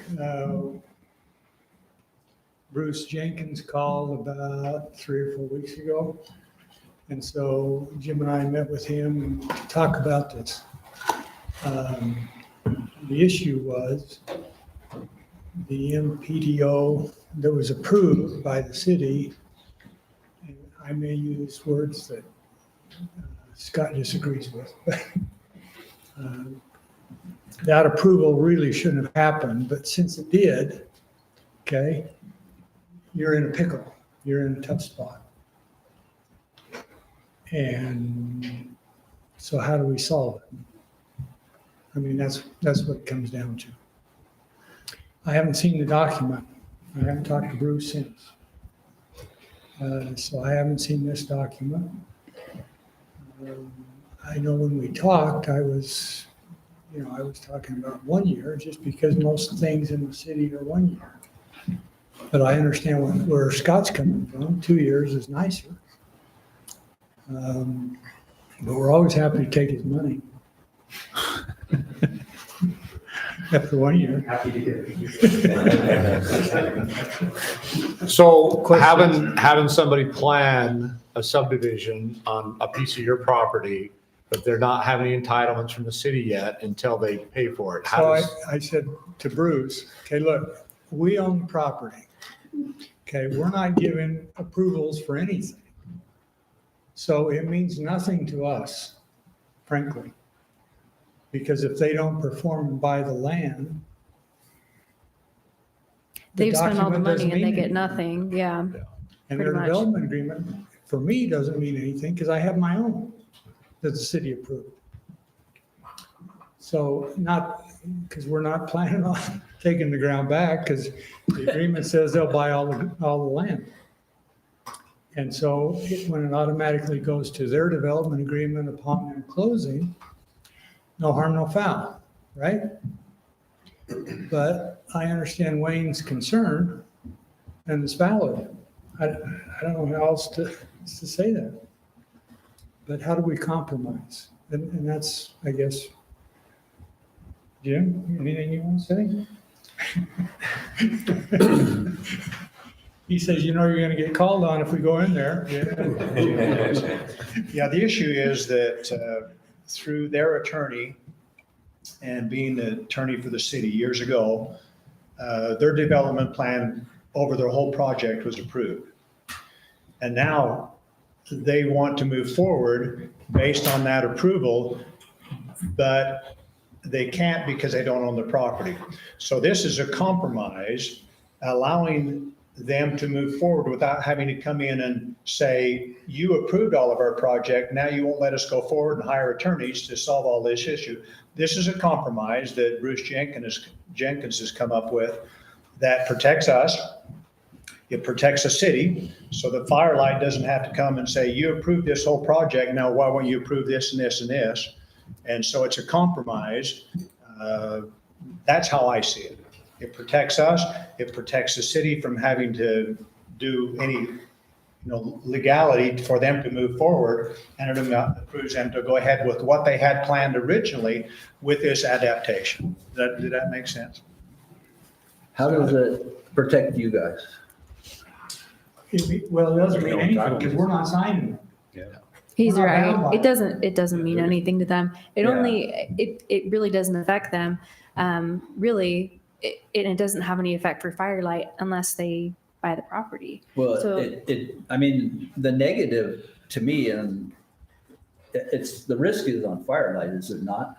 Yes, Because that's if exactly Firelight- right. If they decide to go through this process, jump through all these hoops, pay our application fees, which are non-refundable, by the way, and Right. then they just let the approval lapse, I mean, that's on them. Yeah, that's, they're out It's of their that money risk, if it's that their time and happens. expense. Yeah. Okay. And then, thank you guys. You mentioned entitlements. I think you said they could do this, they could start grading the property, things You like could do, that. the way it's currently drafted, and we would recommend changing this language slightly to exclude things like building permits. But the way it's currently drafted, they could obtain any administrative land use Permits. approval under Title 10. So that includes like They a can't conditional grade. grading permit. But let's be clear, yes, they cannot actually grade until they own the land. So what it is That was it's a gonna be piece my of next paper. If they question. want to jump through the hoops, satisfy all the city's requirements, city says, great, you have a conditional approval, but nothing happens. They cannot move any dirt. They cannot Okay. do anything until they own the land. There technically is no approval. Right. Right. Right. This just allows them to make a big plan and spend a bunch of time and money to get it done. Then when they buy the land, they can They're- instantly They're start. that far ahead. They can instantly start on their project. Okay. And So, it's here nor there, but we started buying this land 20 years ago Yeah. to put it together. I think it was more than 20 years ago, actually. And so the sooner the better for me, but 22 years, 3 months, Nate. so How many minutes? You know, I don't want to muddy the water. The 2-year thing, I don't know. You know, Wayne has a valid point. Everything else seems to say 1 year. So how do you give an exception? Yeah, it's ultimately up to you guys. You can choose to revise this if you feel like it's needed. If you feel like, no, 2 years is too much, you can revise it. So up to you guys. But we're not trying to be difficult. No. And we're not trying to be. No, you know, you guys have always worked well with the city, so we appreciate it. I would say, talk about it, and come up with a solution. Yep. Let us know, and tell us why you decided what you decided. Okay. And Doug, I'm pretty sure we're going to table this tonight. Before we get this done, we'll get you a copy of it. Okay, So, that'd be nice. okay. Thank you. I would kind of agree with Joey in 1 year. Well, I just, Yeah, I mean, I don't yeah. really have a preference right now. I just want to know why it was 2. Yeah, I like the idea of 1 year. We had to put some safeguard language in there, just in case there wasn't an applicable lapse period. So we went with 2 years. It does not have to be 2 years. It could be whatever you guys choose, whatever you feel is reasonable. So just as like an exercise, and we might be staff, so let's say they get a preliminary plat approval and the approval's, January 1. And then let's just say they come in and get a building permit, They can't get a building permit. can't get. so Nope, that we're was taking not- those off the They table. can't- They we're can't. gonna take And the that reason is because other entities charge impact fees and we're not going to deal with that. So Okay. anything that the city can give, like an administrative land use approval of, is on the table. Anything that requires any input from, not input, but any Approval. fees or Does that need to be approval updated in from the other. language? Yes, we'll add a sentence to update that. So what you would like to do is recommend tabling to get that language done? Well, I can't recommend to table Well, I mean- anything, but Right. yeah, we can add that sentence and you guys can think on this some more if you need extra time. I don't really need extra time. Mike, But I want, but- we got some sewer district input here. Ooh, nice. Sorry, rarely do we have anything pertinent. It's always goes downhill. But I do want to, as we've met, we've got a lot of infrastructure in the area. And one of the things that I think is pertinent here, specific to this development agreement, is scale. We have a significant amount of regional infrastructure that needs to be taken down, and that property needs to be acquired before those improvements can be made. And the planning on that scale, as well as the amount that the developer takes as far as extending, whatever investment funds they have to put that down. I think that's part of the impediment, is making sure you get it right. So when we talk about that 2-year buffer, extending it from 1 year, I think the big difference is this isn't a 50 or 100 home development. We're still talking regional scale infrastructure. Still, in addition, we have probably not quite as much, but close to as much sewer as we put in the new bypass road to go down that west side to go in. So we have a significant amount of infrastructure yet to be taken down that they'll need to get in before really that next home gets completed, which is unique in the scale of typical subdivision and process planning and things that way. So I think if there was to be an exception granted in this 2-year thing, is that getting to preliminary plat, final plat, and getting through those approvals, there's a significant amount of offsites that still need to be done that they're weighing out and trying to get right sized that I think would probably merit some leniency. I think we're pushing hard to get there, and so we can move forward on those sorts of things. But from that standpoint, I think we've been chipping at this, well, at least 4 years now already, and making improvement and just getting the bypass road. And so it is a laborious process. And so I think, I don't think it's the intent to, be either deceptive or bypass the process. It addresses more the scale of what's being undertaken, I think, more than anything, and giving some of that leniency, and that this is atypical for most of the other developers, most of the other developments we see going around in our service area right now, with the exception of some of the larger pits. Yeah. Thanks, Mike. I just want to clarify too that the expiration for a preliminary plat is 6 months, and they can get a 6 months extension. So that could be a year. And then they have to file for the final plat within that year, and then they have to record that within a year. So it is a pretty tight timeline, and it does put a lot of pressure on them, which they'll have to stick to that. But some of the offsite stuff, I think how Mike's talking, I think that 2-year time period is going to be fairly beneficial because I think that in the long term, this might help a lot of that infrastructure. I do agree with that portion. Yeah. So if we leave it at 2-year, how it's worded now, and then it comes back to what the code falls on preliminary plats, is that how it's written, Kayla? Yeah. Sorry, It'll be I the missed that lesser question. of I was the looking two. at something else. So like, if we leave how it's worded now and we leave the 2-year in there, and then like all the offsite stuff and everything, it's going to have a 2-year, but if they come back to a preliminary plat, that's going to drop back down to the 6 month extension, correct? That's how it's worded now? Right, that's how it's worded now. I'm comfortable with that. Do you want to kind of make a note saying that you can't have any building permits or anything like that? Well, if we could come up with that wording right now, I think everybody here's comfortable enough. Yeah, that just to cover our bases, say something like any land use application that requires, I'm trying to say this in like layman's terms, but fees from other entities shall be excluded from this It's a good way to put it because then addendum. you don't have. I'm thinking just building permits, but I just want to make sure, in case there's something I'm not thinking of, that it's covered. Anything with fees pretty much covers. Well, Not not just necessarily buildings, fees, but like fees charged by other entities. So Yeah, water other than district, sewer the- district, Yeah. fire district, all that stuff, so. Yeah, the sewer district There's does always charge something you're not fees. thinking of. And it's going to bite you in the butt. What's that? There'll be something come up. You'll trigger something off here that you're not going to like, either for them or for us, because you're just changing everything all the time and trying to streamline. we're not changing. Yeah, You I are don't- changing. I don't know. So, if it's- yeah, I want to Having the lawyer clarify. Draw this up to bypass a process, to make it simpler. I don't think it's They're not bypassing anything. We're not bypassing it. They're not bypassing anything. Buy the They land, don't get- annex it, and then bid your plan and build it. That's what Yeah. I'd say. It's setting forth the process because the development You know, agreement I've only allows been them to here for a move couple forward. years. So it's like, how do you allow them to Triggers move everything forward? off. Every time something triggers something else off that we got forgotten, we got left out, we have to go back and amend it, and versus leaving something alone that works. I think one of the That's my problems, stand. and I'm sure this is frustrating, is like it's a complicated development agreement. It's a huge project. It's impossible to foresee everything and fill in all the gaps, ahead of time. So some things like, seeing that they have the right to move forward with these types of processes, we need to spell out what that looks like to protect the city. That's what's going on here. It's not so much like we're waiving the requirements or bypassing anything. They have to go through every single hoop that everyone else is required to. So why do we need this?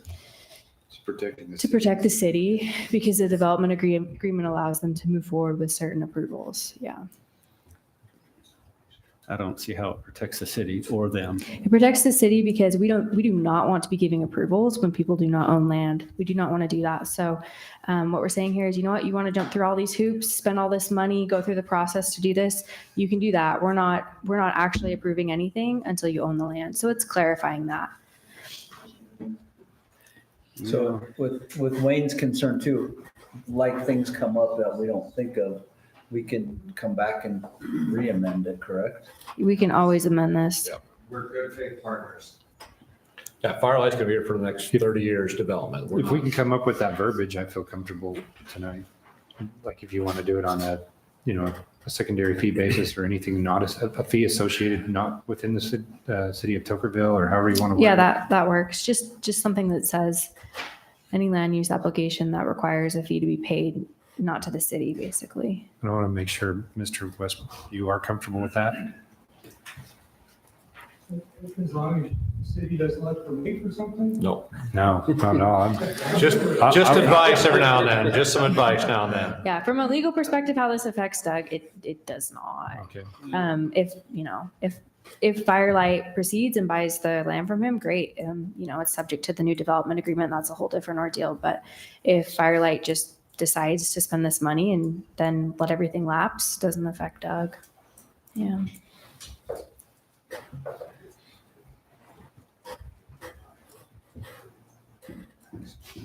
All right, I'm ready. Have any questions? Doesn't look like it. I'm just trying to figure out the downside, and the downside, if they don't meet the term, then they're the ones that, are taking the risk. I'm trying to think of the downside on our side. This language is, the language is pretty clear. Yeah. Nobody else takes any risk. Yeah. So, The only possible downside I can think of is consuming city time, like, Yeah. But they're paying the fees and They're doing the fees. They're paying the fees. If something changes, they're gonna do it again. Yep, they'll pay the But fees again, again. you're talking a time span of at least a year, I'm hoping. And it should be way easier to review on the second time if it did happen in that nature, but it's not cheap to make them, to submit them plans and do that. So it is more of a Firelight problem or concern to make it happen. Doug, go ahead. So you approved F3, the prior one, Yes. so you're hung up on approving the rest of it? Yeah, that's, they're quite a bit different. That's actually more for the MPDO. It's not actually for the land. It's more for the density bonuses, and on F3 it's really. And that's between you and them? Yeah, it's completely different. This It one is, involves different landowners, obviously you guys. We did put a limit in there of 2 applications a month, just, That's not that they're motivated to submit a month because they do have expiration dates, but just to keep it reasonable for the staff. We also put some language in there that, if needed, the city can extend the review timeframes by up to 30 business days. So just a couple of things we threw in there to try to make sure that the city's not overwhelmed. Yeah. Did you figure out the verbiage I want? Well, I liked how you stated it. I think that's fine. Anything that applies more than a city fee? Any land use application that would require payment of a fee to somebody other than the city. That's a really simple way to put it. You got that, Emily? Everybody else ready for a motion? Mayor, make a motion to approve the addendum to the Firelight Development Agreement with the verbiage stating for the fees as Kayla stated. Okay, a motion, was that Chuck? Chuck, second. Any more discussion on this? We'll do a roll call vote on your end, Chuck. Yay. yay. Aye. Nay. Aye. All right. Did somebody have a conflict of interest they didn't declare here? I don't think so. I don't know. Okay. Nobody declared one earlier, so. What was the Okay. vote? It All was, yeas or all yeas? it was all yeas and your nay. All right, a motion carries. All right. Just want to mention to Scott, he kind of made a little mistake. He said, we'd like some help from Tokerville. I'll remember you said that. No. We might ask for help down the road from you as well. All right, item F5, we're moving on. This is discussion only, discussion on recreational opportunities at Chief Toker Reservoir. Thank you, Doug. Thank you. Thanks for coming. Okay, Chief Toker Reservoir. All right. Are we sticking with that name? Have we Chief- decided? Have they decided for us? Reservoir. We've contemplated naming the recreation area something else, whether, what level of public engagement we have for the recreation area. Ivans went with Fire Lake at Ivans Reservoir, which is kind of interesting. I don't want Fire Lake. No, we're not. No. No, that's what Ivans did. I'm saying that we could name the recreation area something different, but we haven't gone down that path yet. I think that the key thing to highlight here is when we talk about community assets, things like infrastructure, roads, water, pipes in the ground, these are all necessary things that are the duty and responsibility of the city to maintain. Very few things are to serve the community. Like, what are the assets of a community? Really, it's the parks, it's the trails, it's the recreation opportunities that we can provide. Everything else is kind of a duty and obligation to the health, safety, and welfare. With Chief Toka Reservoir, the recreation area, we want to get it right. We want to do it the right way the first time. So I think I just did a couple of simple slides here. This is the layout of Chief Toka Reservoir. Initially, the plan, it's gone back and forth over the years. I found plans dating back to 2017 that have the recreation area on the south end of the reservoir. I, in my time here, have been kind of looped in on the fluctuating water level. So we know that the water level is going to go up and down throughout the season, through dry years, through wet years. Essentially, it's going to go up and down. And so the direction that we were pushed as a city by the district for at least the last year was trying to fund and create a cofferdam that would block the north end, and it would retain water there so that water levels would stay stable. So we've been moving full speed ahead with that. We identified a great funding source. We were essentially all but promised that funding would come through, and in order to construct that cofferdam, because we wanted to get it done before the liner went in at the dam. And we had a meeting a few weeks ago with the Conservancy District, and they withdrew their support for this concept. There were a number of reasons for that. Primarily the ability to keep that water level in the recreation area filled. So whether that was a pump or adapting the inlet to be within that recreation area and then having it overflow. Basically, they said that it was too challenging of a project, and the district essentially withdrew their support for the city pursuing this cofferdam as a recreation area. So essentially, we've taken that off the table. What we're left with now is this south end recreation area, as originally planned. What did we decide? Eight years ago is kind of when this was first conceptualized. Now, this, I would remind you, does not require the dam to be prior to the dam's completion. So the cofferdam would have we would have had to do that right now. That's why there was a lot of urgency on this. On the south end, we don't have that same urgency. We could build this at any time in the future. However, we know that we need to be some of our most valuable dedicated funds are our RAP tax and our park impact fees. And to build this recreation area will essentially consume those proceeds, multiple years of those revenue streams. And so we want to get it right the first time.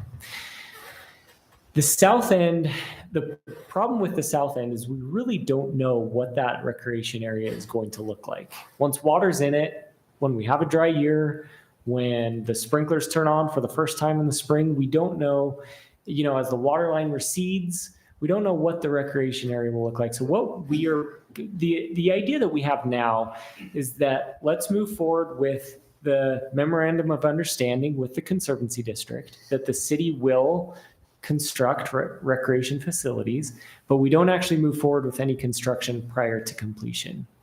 And maybe what we do, this is just a concept idea, but maybe what we do is we go in and we grade access, we put road base down, we do kind of a dirt parking lot, and we watch it. We let it go a couple of years, let it fill, let it recede, and then we see what kind of facilities would be most appropriate.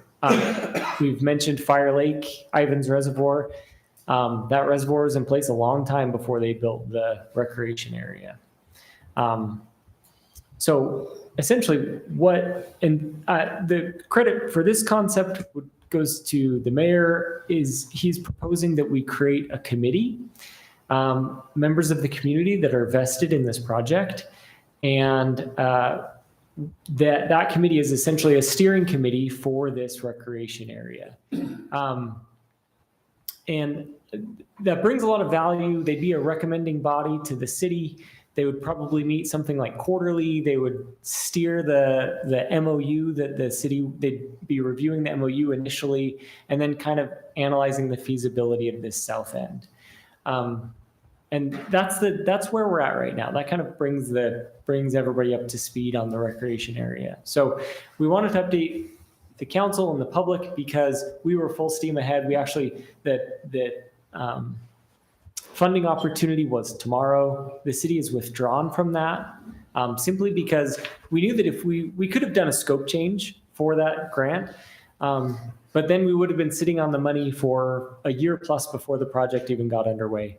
And this funding cycle happens every year. And so we wanted to, again, just be more informed when we actually put an application for these county tourism dollars. So that's where we're at. This is the most current design. And again, we don't need to get into the details. Currently, the plan would be to make this still a day use facility. This most recent plan still contemplates camping areas. That's not our current direction, but it's not to say that's off the table. Right now, what we'd be focusing on is that day use parking, pavilions, and potentially boat ramp kind of beach area. The proposed demo, it's very much in draft form, has not been before either legislative body, but the MOU currently states that, the grant with the Bureau of Reclamation indicates there would be a dirt trail, not paved, an unimproved dirt trail that navigates the circumference of the reservoir. There's some challenges with that on the east side. These are all things that would be tackled in the future, essentially how we address all these problems. But I just wanted to bring council up to speed on where this was at and essentially look for direction on the creation of that committee. So. It's a great idea. Are you allowing boats on there? They're wakeless boats. No boats. Wakeless. That's not, that's like tube or a kayak. Yeah. I think we could make it like a trolling motor. I think we could make some kind, I think a guy out there with his 10-horse Evinrude could putter up and down the lake on it. That's my opinion. But no jet skis, none of that stuff. So I think that lake's gonna be a dry lake. Yeah. Take it for a year, there'll be no water running that pipe this year to feed that lake. All that consuming with the growth in Ventura, and they're taking all their water there now, and then possible Anderson Junction. I just don't see that a viable. I don't think you should invest any money in it to except maybe a road and a parking area and watch it. I think Ben's got a great idea. Let it fill up, and if it fills, and what we do and where we end up going. I don't know how deep that water would be, but Yeah. A couple pavilions. It might be And a restroom or something. a pit toilet. Yeah. We don't know, so that's why you form the committee and see what the best outcome is. Because if you put like a little parking area, you're gonna have a facility. At the dam, you're 65 feet deep. 65 feet deep at the dam. Yeah. But we're in a how many year drought? Yeah. So it might not come to fruition for many years. 3 years ago, we could have filled it. It's deep at the dam, it's really shallow up there but they won't allow that coffer dam up there then. Well, they would, but they're saying we're not going to guarantee you have water in it. We'll spend much money on a coffer dam. The coffer dam is the inlet right there is coming in right above the coffer dam. Yeah. And then it'd have to go over, but the low point of the lake would have to be pumped back up. And so to put the pump line in all the way back up to the coffer dam with the probability of it being dry.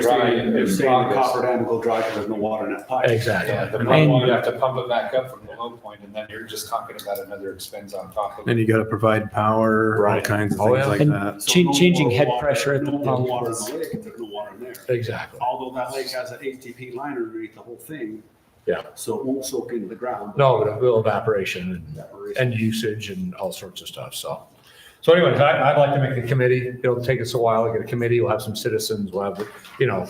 Stacy volunteered. And I think, Mike, go ahead. Oh, Mike's on the committee. So this is one of the things that we would request. We've been in constant communication with Division of Water Quality.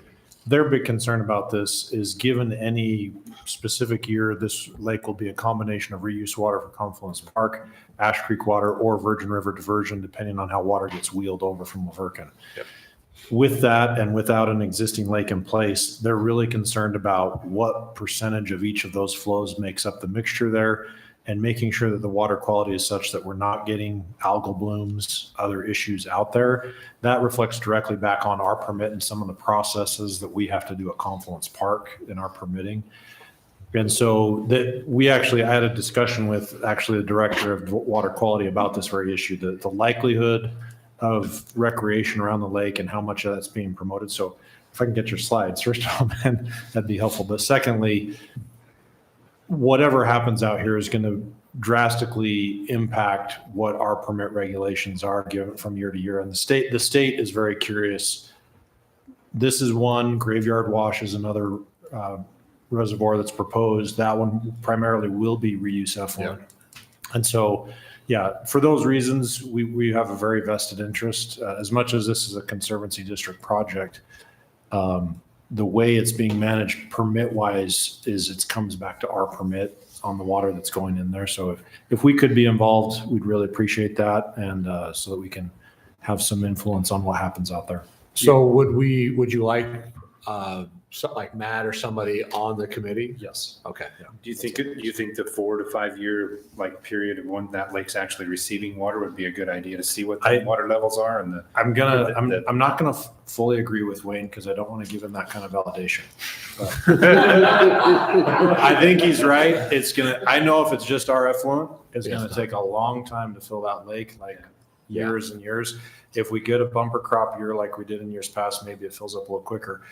Right now, we don't have a pipeline project plan to it yet. And so other than Ash Creek, that's all you're going to get this first little while. It's just whatever comes down Ash Creek. So I think it's wise to, hey, let's take it slow, wait it out. Once we kind of get water in and see what that pattern is, then I hate to throw this much effort if the investment is better spent elsewhere. So, So would you swim in that 100% reclaimed water from your plant? Yeah. Do you swim in quail? You would swim in it? Oh, it's cleaner than I don't quail. swim in quail. Do you know where quail's water comes from? I don't want to know. It comes out of Zion. It's like You just nobody seems ruined to it know for where me. their water goes, but they find swimming. It comes out of Zion. It's like, don't ask too many questions of the sewer guy. if you touch the Virgin River, you're touching the same thing. It's the water coming out of that new sewer plant is much cleaner than. I'm thinking the sewer Virgin plant River. water is going to be more water that's going in it from what's at any of the other tributaries. It likely could be, yeah. And we're at such a small volume right now. Right. With the evaporation losses, we may have low water for a long, long time, and we're just gonna have to see. So if the water was so clean, how come they had to put that line underneath it? Because they didn't want it soaking in the ground. They don't want to lose the Is water. that is some kind of regulation that you can't? Groundwater. And Treat the water it's the way actually, part of that is anticipation of future regulation from EPA. And so some of the things that we aren't regulated for right now, but could be emerging contaminants, and the way that like science is evolving where we can detect things down to nanograms per liter, like microscopic scale, and the likelihood that, any one of those potential contaminants could end up in the groundwater and somehow impact Toker Springs. Like the Conservancy's district's stance was zero tolerance. So we're putting the liner in, protecting the groundwater, and keeping that source separation. So that was the primary motivator for that decision. Is the future plan to take the reuse all the way to that lake, or just to the pond, to the irrigation pond? Because we connect to the pond already.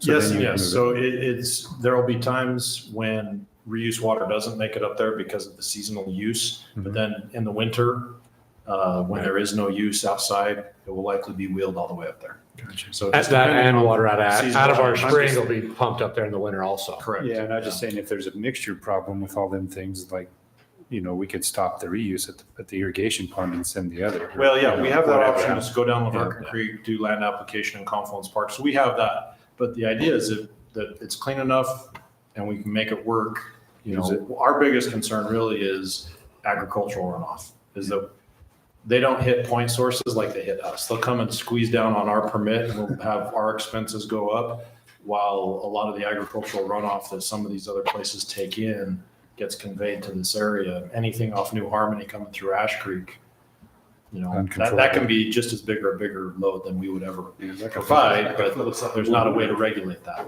So it's one of those things that we're very concerned about, because it would have a big impact on our bottom line as far as operating that facility. Okay, so we'll move forward.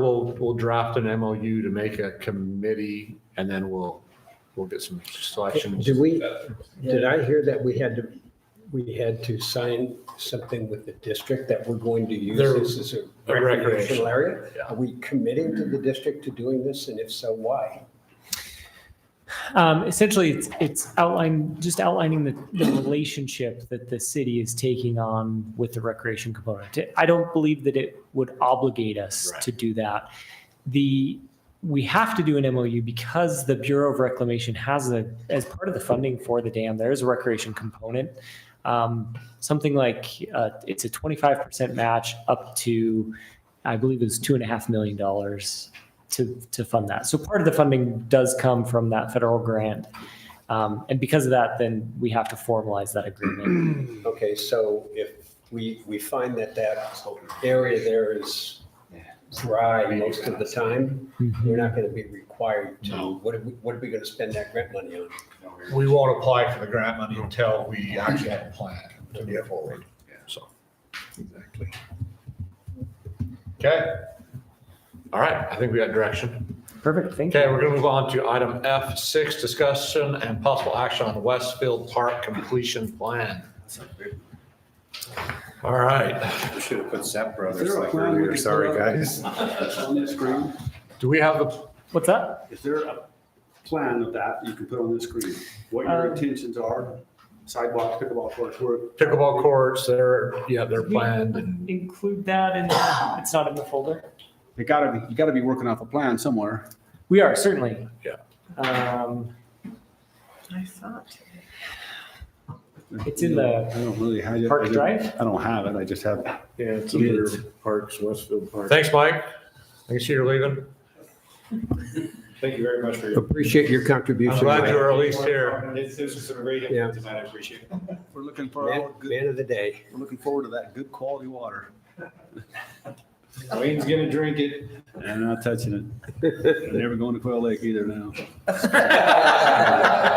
Well, if you think about the water comes down through Zion and all the tourists up in Zion. Yeah. And then Springdale's, treatment plant dumps in there. the default just happens to, not always hold water and. So, yeah. So you got all these think it's quotes Public on Works. Westfield Park, but none of them are apples for A apples. folder in there called Parks, I thought. They're kind of spread out They all are. different Yeah. Right. type things. And that's one of the things that I wanted to Let me touch on look. here. So we've got this Westfield Park that we are trying to really do on a shoestring budget. We're trying to take the plans that we've already had drawn up. It doesn't have a lot of the things needed that would be required to put this out to bid. So in order to put it out to bid, because our purchasing threshold is $50,000, and it's going to cost more than that for the contractor. So basically what's happening with this That's is not it. in order to Sorry. just get the engineering done, we're talking another 5 figures, $10,000 plus, just to get the engineering done to get it out to bid. Now, what we've done is we've kind of reached out informally to a few contractors that have said this is what it would look like for us. And you're right, there's inconsistency. One of the bids is kind of all encompassing, another one is more narrow. But what we've done is essentially the best we can to say, okay, this is what Public Works can do, and this is what we need a contractor to come in and do. We've already put the shade structures, the pavilions, on order. It's the same vendor that did the park structure, and they are on state contract, so that doesn't have to go through the regular process. That's on order. I think we're out to October or something on that. Towards the vendor. end of October. Yeah. And so essentially there's two paths. If we were to make a decision tree, there's two paths forward with getting the Westfield Park done. The first path is traditional, as outlined by the purchasing policy, in which we incur, say, I don't know, something like $15,000 to $20,000, let's say $10,000 to $20,000 of additional engineering costs just to get it ready to publish. And that eats into the project budget. The second is that we do what we've kind of already done and reach directly out to contractors and say, what does this look like? And try and identify the best contractor that would work for the city, work with the city to get this done. We would then bring the contract back to the city council. It's not that one. It's under the development drive under engineering and Westfield Park. So essentially the two paths to get the park done are Landscape the plan. traditional RFP and then an alternate. The purchasing policy allows for an alternate solution. And this is what's being CD's final contemplated by stamp. the city council tonight. We want to pursue an alternate solution.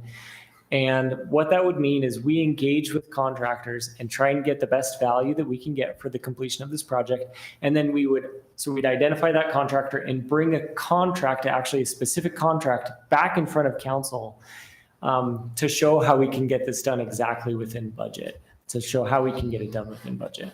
Yeah, That's the closest one we got. I don't know that we have one that JD made changes to. Yeah, it's been adapted slightly just as we've increased the number of pavilions. We shrunk the main pavilion size and added some smaller pavilions. That's about the only significant change here. You're still trying to do this in phases, like 10 by 12 pavilions offer you no shade except for about an hour and a half. Because the structure is not big enough, so the sun's over here, you got the sun there. Mm-hmm. Your bigger one's pretty nice. But I'm just trying to figure out which that you guys want to approach there So what we want to approach is try to make do. finish the parking lot all the way down to the south, build the pickleball courts, pour the pavilion pads ahead of time before the pavilions are here, and then have them installed and get this, basically that we would contract that much out. Post tension on the pickleball court, do the curb gutter, pour all the concrete, and then our public work guys could do all the irrigation piping valves. And then we would do a big, citizen sod laying party and invite the citizens out to come help us finish up. And how many pickleball courts are going to try to 4. in this first phase? Do them all, because it costs so much money to get people to keep coming and do the whole thing in one phase, do all the pickleball courts, do the fencing, the lighting, and that I believe is mostly in one of those So the bids. 4 per pickleball courts, your dimensions, and what they're bidding here is not correct as far as the square footage and the sizes. But I'm glad you're going to do that because you can't do them later because you destroy all your infrastructure. Right. You did. Yeah. But you're not going to build 4 pickleball courts for $130,000. That was so there's 2 portions of it. It's essentially about the same. 136,000 was the post tension concrete, and 130,000 for the surfacing, the fencing, the lighting, nets. Yeah. So it's about 260 for the courts. So, and I'm not being picky here, but No, be picky. have you asked these contractors that they've created, if they actually done a pickleball court post tension? So I will say that at least the one contractor that we spoke to about it specifically was subcontracting out the post tension concrete. So they wouldn't, the contractor that responded, that was a subcontracted I see price. post tension in it. It's only $1 a square foot more, which is way worth it, but. Yeah. But I know these guys have. The other ones too, you have to be careful with the slabs.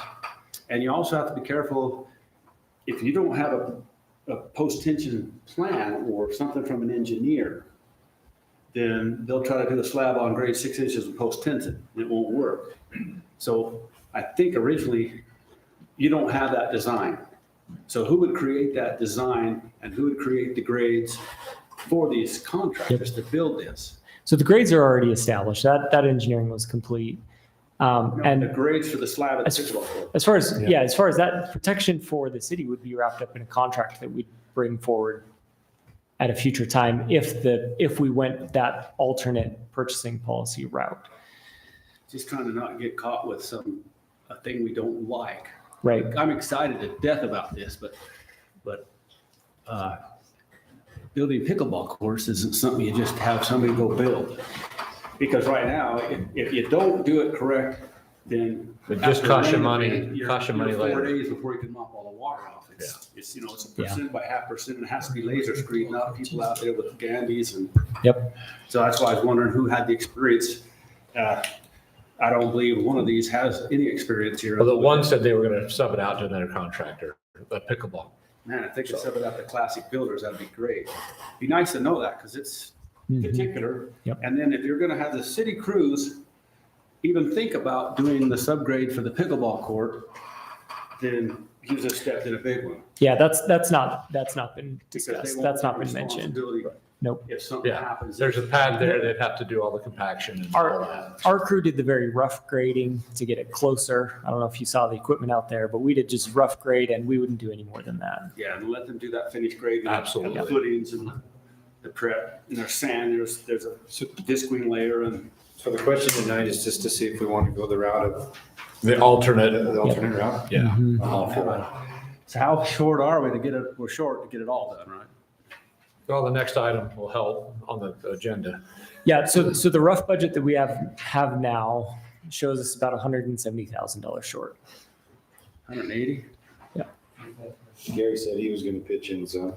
Can't we catch that from the next item down? That's what we're gonna talk about that next. That's impressive.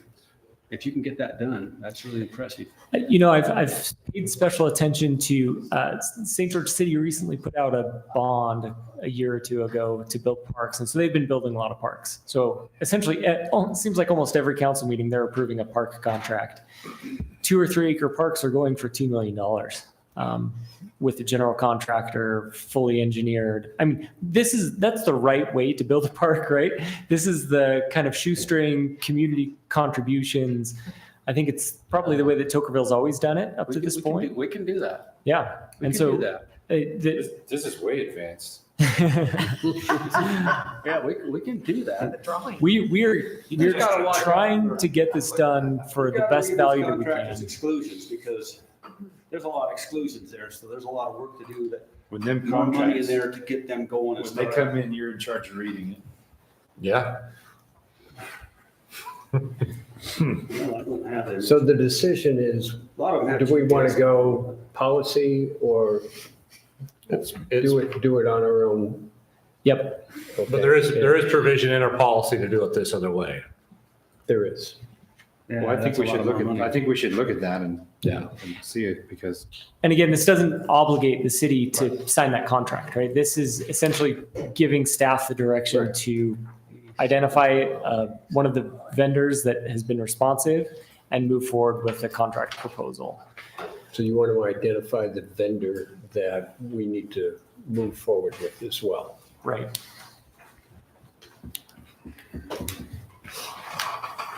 I mean, like Wayne said, you're not, all these are, the bids you have so Yeah, far they're are different. not They're not. comparable. No, they're not ours, and they're not complete. And Yeah, I mean- they have so many exclusions because they're gonna have that because the way we're doing it. Trying So to facilitate it, they're gonna exclude themselves out of a lot of things. Mm-hmm. You know, you're gonna have to have an engineer to be able to give you a CAD file. Yep. Because nobody's gonna go out there with an eye level. You gotta have that and do things. right. So I thought we had a design, but we really didn't in the previous. We have a design for pickleball course from when we bid it, 3 years ago? And it'll come in at $800,000 or $900,000. Yeah, that was a slab on grade. This is a whole different Yeah. animal here as Yeah. far as. But at least they're going somewhat north and south. though. Right, oh yeah, They're not that's, true. They should be going magnetic, but that's gonna be a lot better than what we got. But yeah.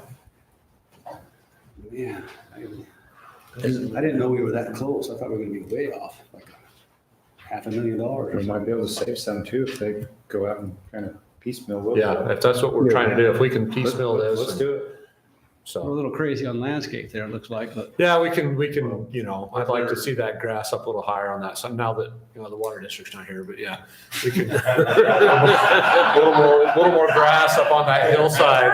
'Cause if we grass that hill, it's a perfect spot to do movies in the park because they can sit on the hill and you can overlook. Do we have you know. irrigation water there on that? Yeah, oh yeah, we have irrigation. Yeah. 2 inch, 2 inch? We have a 2 inch water line. Yep. So. Man. So if we don't identify another revenue source, then we're gonna get the pickleball slabs, but we're not gonna actually get the court. Right. So the question then becomes, or if there's some other obstacle that gets in the way, if something costs more than anticipated, it's like where do you start chipping away and have it kind of a half completed park? If we don't identify additional funding, then we're either waiting for future impact fees, RAP tax, and we start eliminating probably the improvements. We probably do the concrete and then wait for the improvements until we have that money. The parking, that extra parking is another option.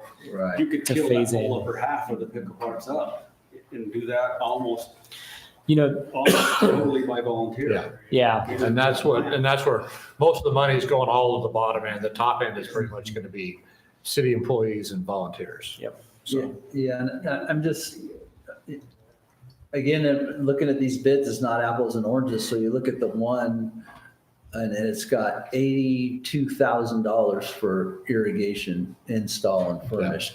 And you're saying that Well, the real difference in the bids is Raintree does full-on landscapes. The other two companies are just like concrete. Yeah, they'll just rough it in. Right. And leave They it. bid what they do and they didn't bid anything. right, no, I get that part, but then I mean, we've allocated 30,000 for irrigation and they've allocated 82 for irrigation. So I'm just trying to understand apples and oranges. Yeah, the difference here is that when we're doing it with city staff, we don't have the labor costs. So the 30,000 was essentially equipment only, no labor.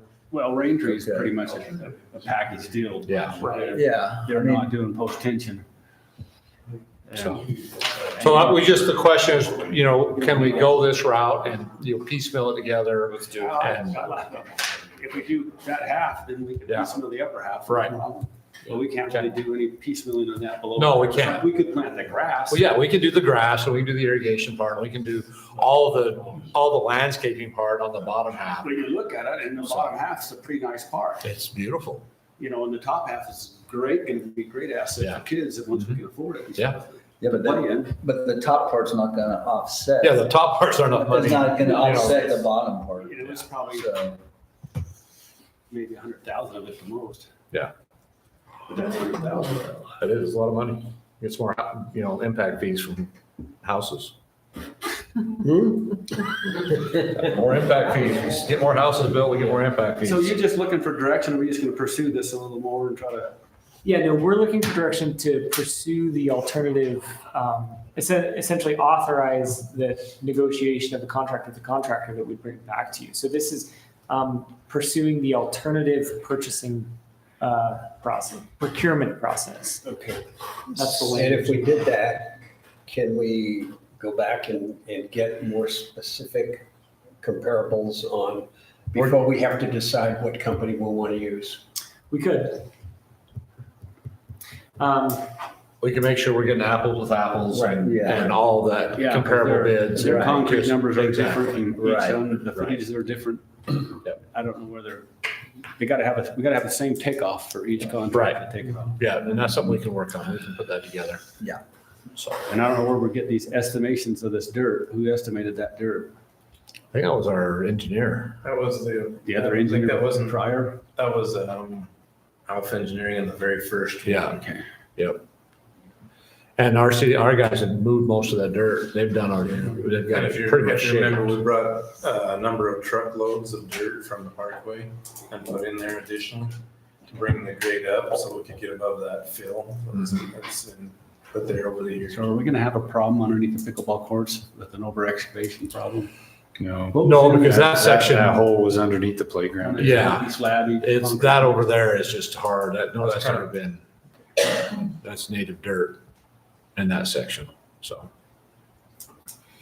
Okay, Wow, that's exciting. yeah, it's like to get something moving. Man, it'd be so nice. Okay, I just need a motion.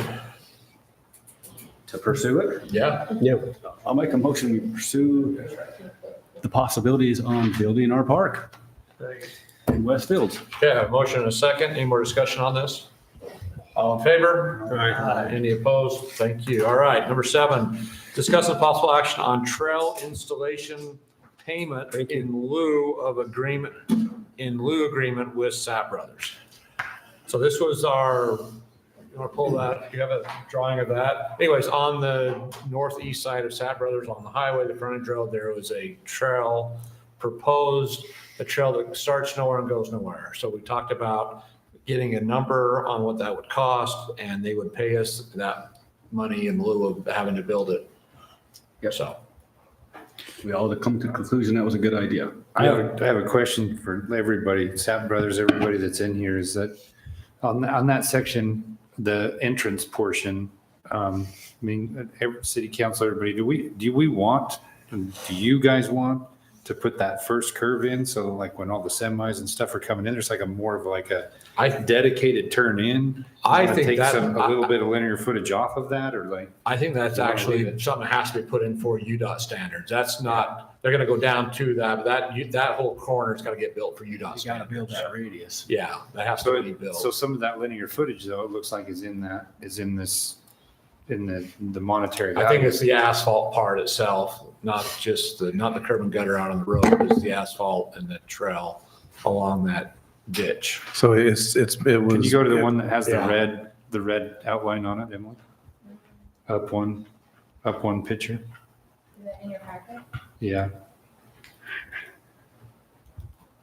Who's on line? Just want to make That's sure. one of I'm our looking at Sapp it. Brother, Okay. Sapp Brothers, Do you have anything to brothers. add to It's that? page 2 of the cost estimate.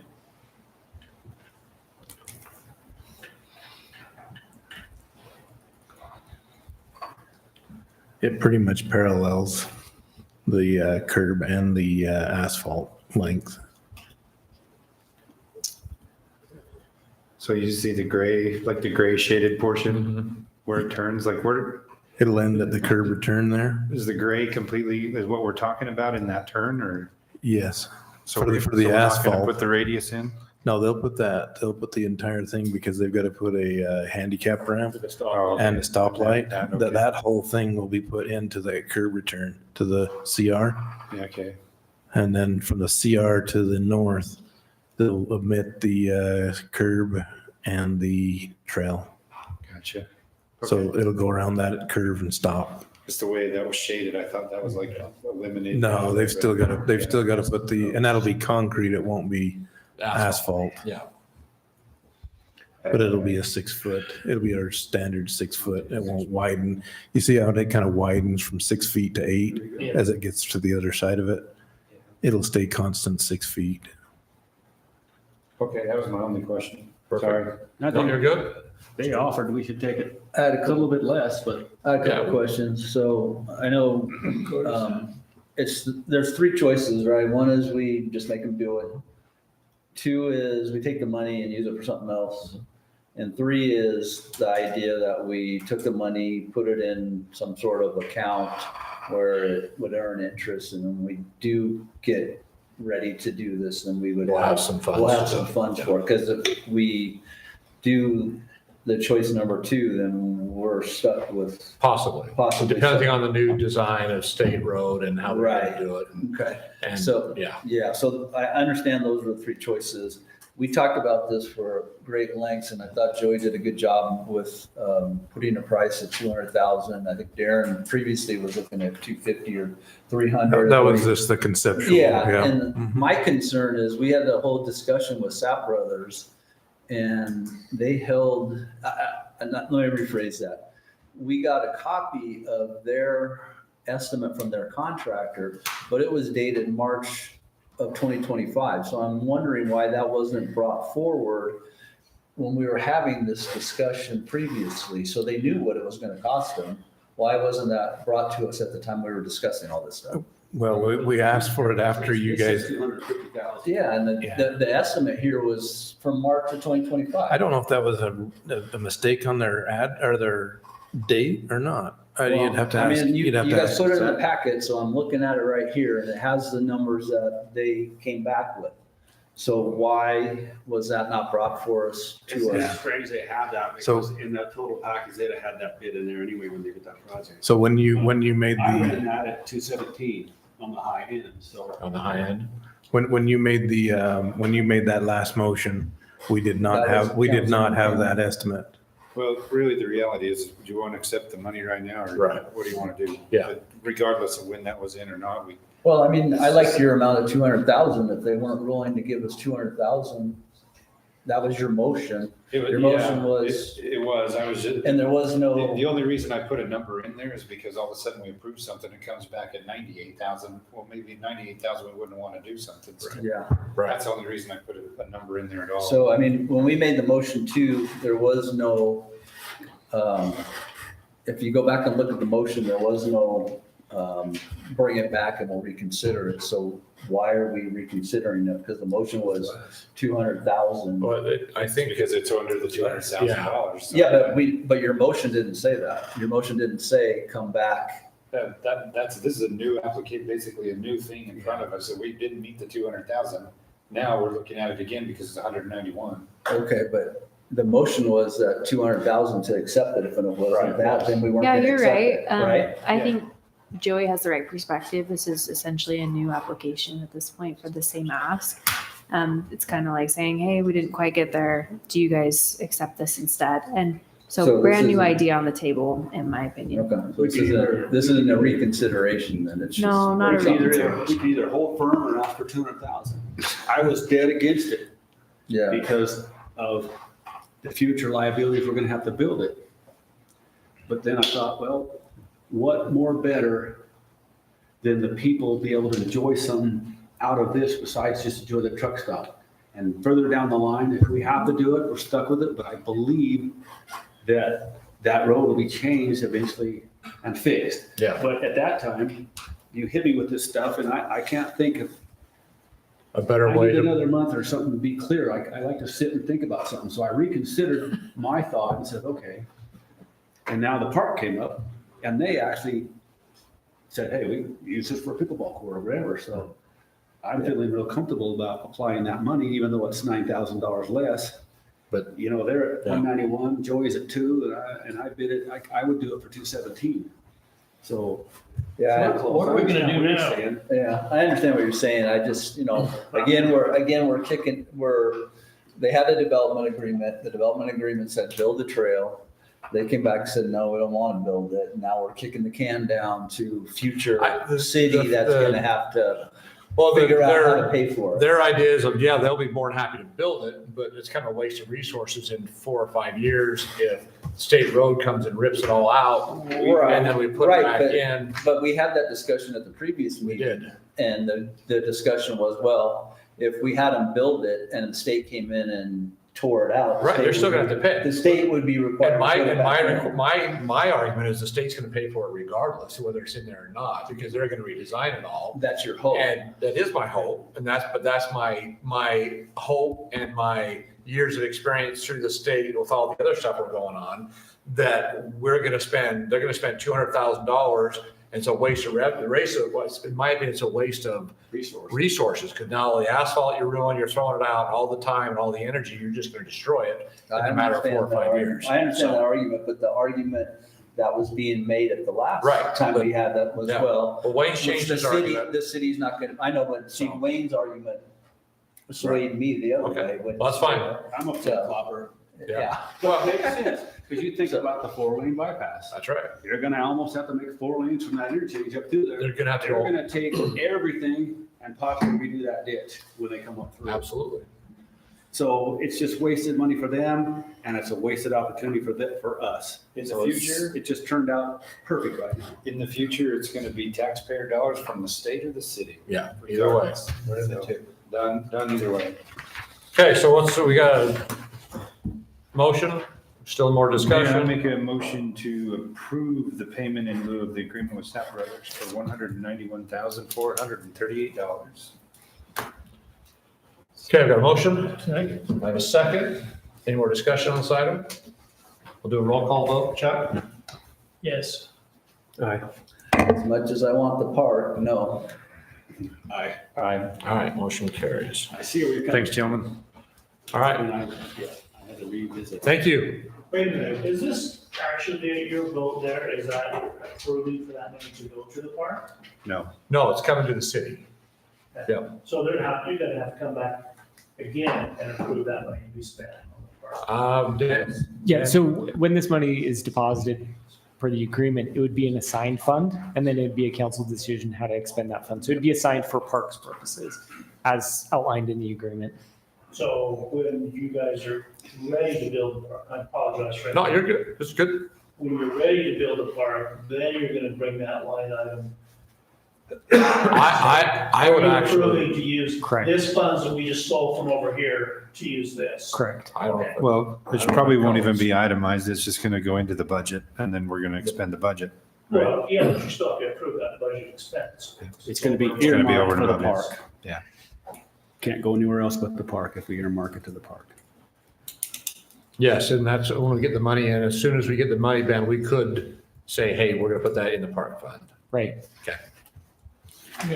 All right, we are moving on to item F9. We're skipping F8, so. Thanks, guys. Discuss some possible action on refunding the conditional use permit application fee for Richard and Sarah Derrick. Emily. They applied shortly after you passed the ordinance that requires a house to be on a residential lot. And so the application came through Mary, came to my desk. I called them immediately and said they didn't qualify because there wasn't a house on the lot. So Four extra horses. for one extra horse. Exactly. They already have a conditional use permit approved for 3. Right. So that's where they're going to be capped at with this new ordinance. So it never went to planning commission. It never went through a full staff review or any other departmental review. So they're requesting a refund. Okay, super easy. Super easy. Who made the mistake? I think it was front desk. They just didn't know that, they just came in and applied and then they had to go back and did some research finding out that, oh, they can't have it. Because they already have one with 3 horses, they can't go to 4 horse. We just changed Well, that. we just changed. We just barely changed it. Yeah. Until they have a house. If they have a house, then it's. Well, then they can't before. They can't, because they can't add a horse to the house. They're not adding What's that? horse. They're not.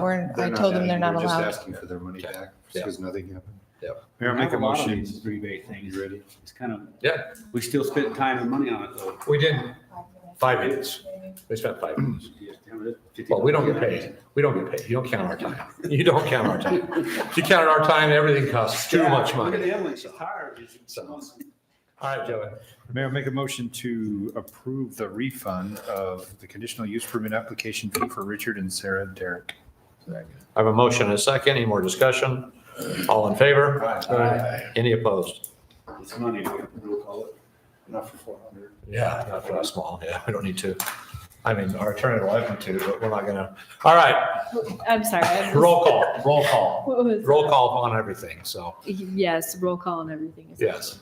All right, item F10, discuss the possible action on approving change order number 20 in the amount of $111,188.64 for JP excavation for shouldering and temporary payment tabs. So, Somebody needs to explain that. if they. Is that done? Yes. Yes.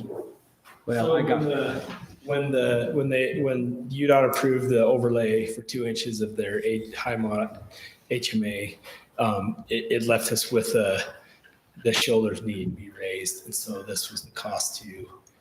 so it left you with 8 inches of shortfall on your 4-to-1 slope. Correct. So why is it out there right now that asphalt is super steep on the taper instead of a 4-to-1? Where are And you then where talking are the about shouldering exactly? though? Because if they've done it, I haven't seen very much shouldering that they actually did. I'm happy to go out there with you and drive. We can drive with the You contractor. can see it. and You talk can about see all what the was places weeded that and they what was shoulder. put down. I just, Be asking the question. it was, I don't see the value for what was there. They specifically didn't really call out how much road base it took, but I can only see 3 little spots that they put it. And then the whole road on the one side going down from the north to the south needed to be shouldered because the asphalt abruptly drops off on them just like that. Is it And I repaired drove now off or is that it? thing and it'll jerk you right off the road. It's not shouldered. So what part got shouldered? Because if you raise the asphalt 2 inches, you only have a deficit of 8 inches this way for your 4-to-1. And they didn't bring shouldering material up to that 2 inches. So I'm trying to figure out, why do I want to pay for that if I can't see where it's done? So I'd be glad to have you show me where that's been done. Okay, yeah, happy to do that. All 13,000 feet of it, or 2.7 miles. Yeah, I'm happy to have, I'm happy I to, can't see I it. can get you a map together and we can go out there, Tad, and take a drive and Because you can look go at out all there the and see places. the newer type 2 that was put down, and the rest is all weeds. Yeah, I'm happy to. So, yeah, I can't address specifically what you've looked at, but I'm happy to, I mean, I just want to see the bang for the buck. Sure. Because that's a lot of money for using 200, because I noticed you got a second ice. I guess maybe we're competent with your estimate, or, so you got it from Black Ridge? Correct. And his is completely different than what JP kind of quote is, but he's staking out that about 278 yards of type 2 would be used. So for me, that's almost $80-something thousand to blade that road. For how long did that take them? It took them a week. Yeah, not very much, huh? They got 2 Listen, weeks of business. yeah, I'm I happy think to it's go out there and. As usual, I think it's way overpaid, and I don't know why we're paying another consultant to give you the price of what it is. Because UDOT requires that. Huh? Because UDOT requires that. You can't do it yourself? Or does the state kind of checks that too, doesn't it? Yeah, that's what, so there are times where they'll allow us to do it. There's other times where they want another consultant to do it. They want So independent consulting. So this change Independent order cost estimate. this change order has been approved by the state. You've approved it, the state's approved it. Yeah. I just don't see it. I don't see it out there. I'll put together a map and I'll give you a call and we can go take a drive. I'm happy to do that. But you also need to take a look at those steep parts of that road. Because if somebody drives off that, you can't get back on. I took it at 30 miles an hour and it's not shouldered and it's very dangerous. Do you want to table it and go look at it before we approve it, or? That's what we need to. He's talk already about. done it. That's the problem. You don't get to look at it before they do the work. Change order always comes later. Change orders always come first. You approve it and then they do the work. But Well, I mean, you're still not approving the payment until you go look at it if you want. I want to see it. I don't see it. And I don't see why raising the road 2 inches creates a deficit. It only creates a deficit this long by 0 to 2 inches. That's the only deficit that creates. Makes sense. Or do you want a motion to table until you see it? Yeah, to me, there are areas that should have been shouldered and should be shouldered versus maybe what got shouldered. But I could be looking at something completely wrong too. Yeah, I'm happy to take you out there. We can look at all of it. What time in the morning? I can't tomorrow. We'll have to set something up. That's the can't only do it time I tomorrow. got. I have to work. Yeah, well, I'll arrange it to take you when you're available. I have meetings tomorrow morning that I can't do it 2 tomorrow weeks for the morning, next but council meeting. yeah. I just don't see it. And if you see it, I don't see where you see it. So do we want to table this? We want to. I would what do we move want to that do? we table business item 10. Second. Okay, a motion and a second to I don't table. want to short somebody their pay. I just want to make sure they earn it. Well, we got 2 weeks to get it approved and then, or look at it and then we'll come back and do this again in 2 weeks. Is there That'd be all right. any issues tabling? Okay. You don't see any issues, the contractors? Okay. Yeah. I got one question. How come we always get charged mobilization fees? Aren't they out there already? I don't have it broken down. I can get that information for you, what all they put into their mobilization. But we're at a point in the contract where we don't have all of the equipment that might be required for whatever item of work we're doing on site. And so anytime there's something new that's getting So mobilized, that's where we get charged. they're gonna if charge it's you not for on- it. If it's not on site. Yeah. Or That's a we- change order. Not we, right? but the state. Well, it's our project. Yeah. So, Yeah. all right, I have a motion on the floor to move, it's been a motion to table. All in favor? Aye. Any opposed? All right.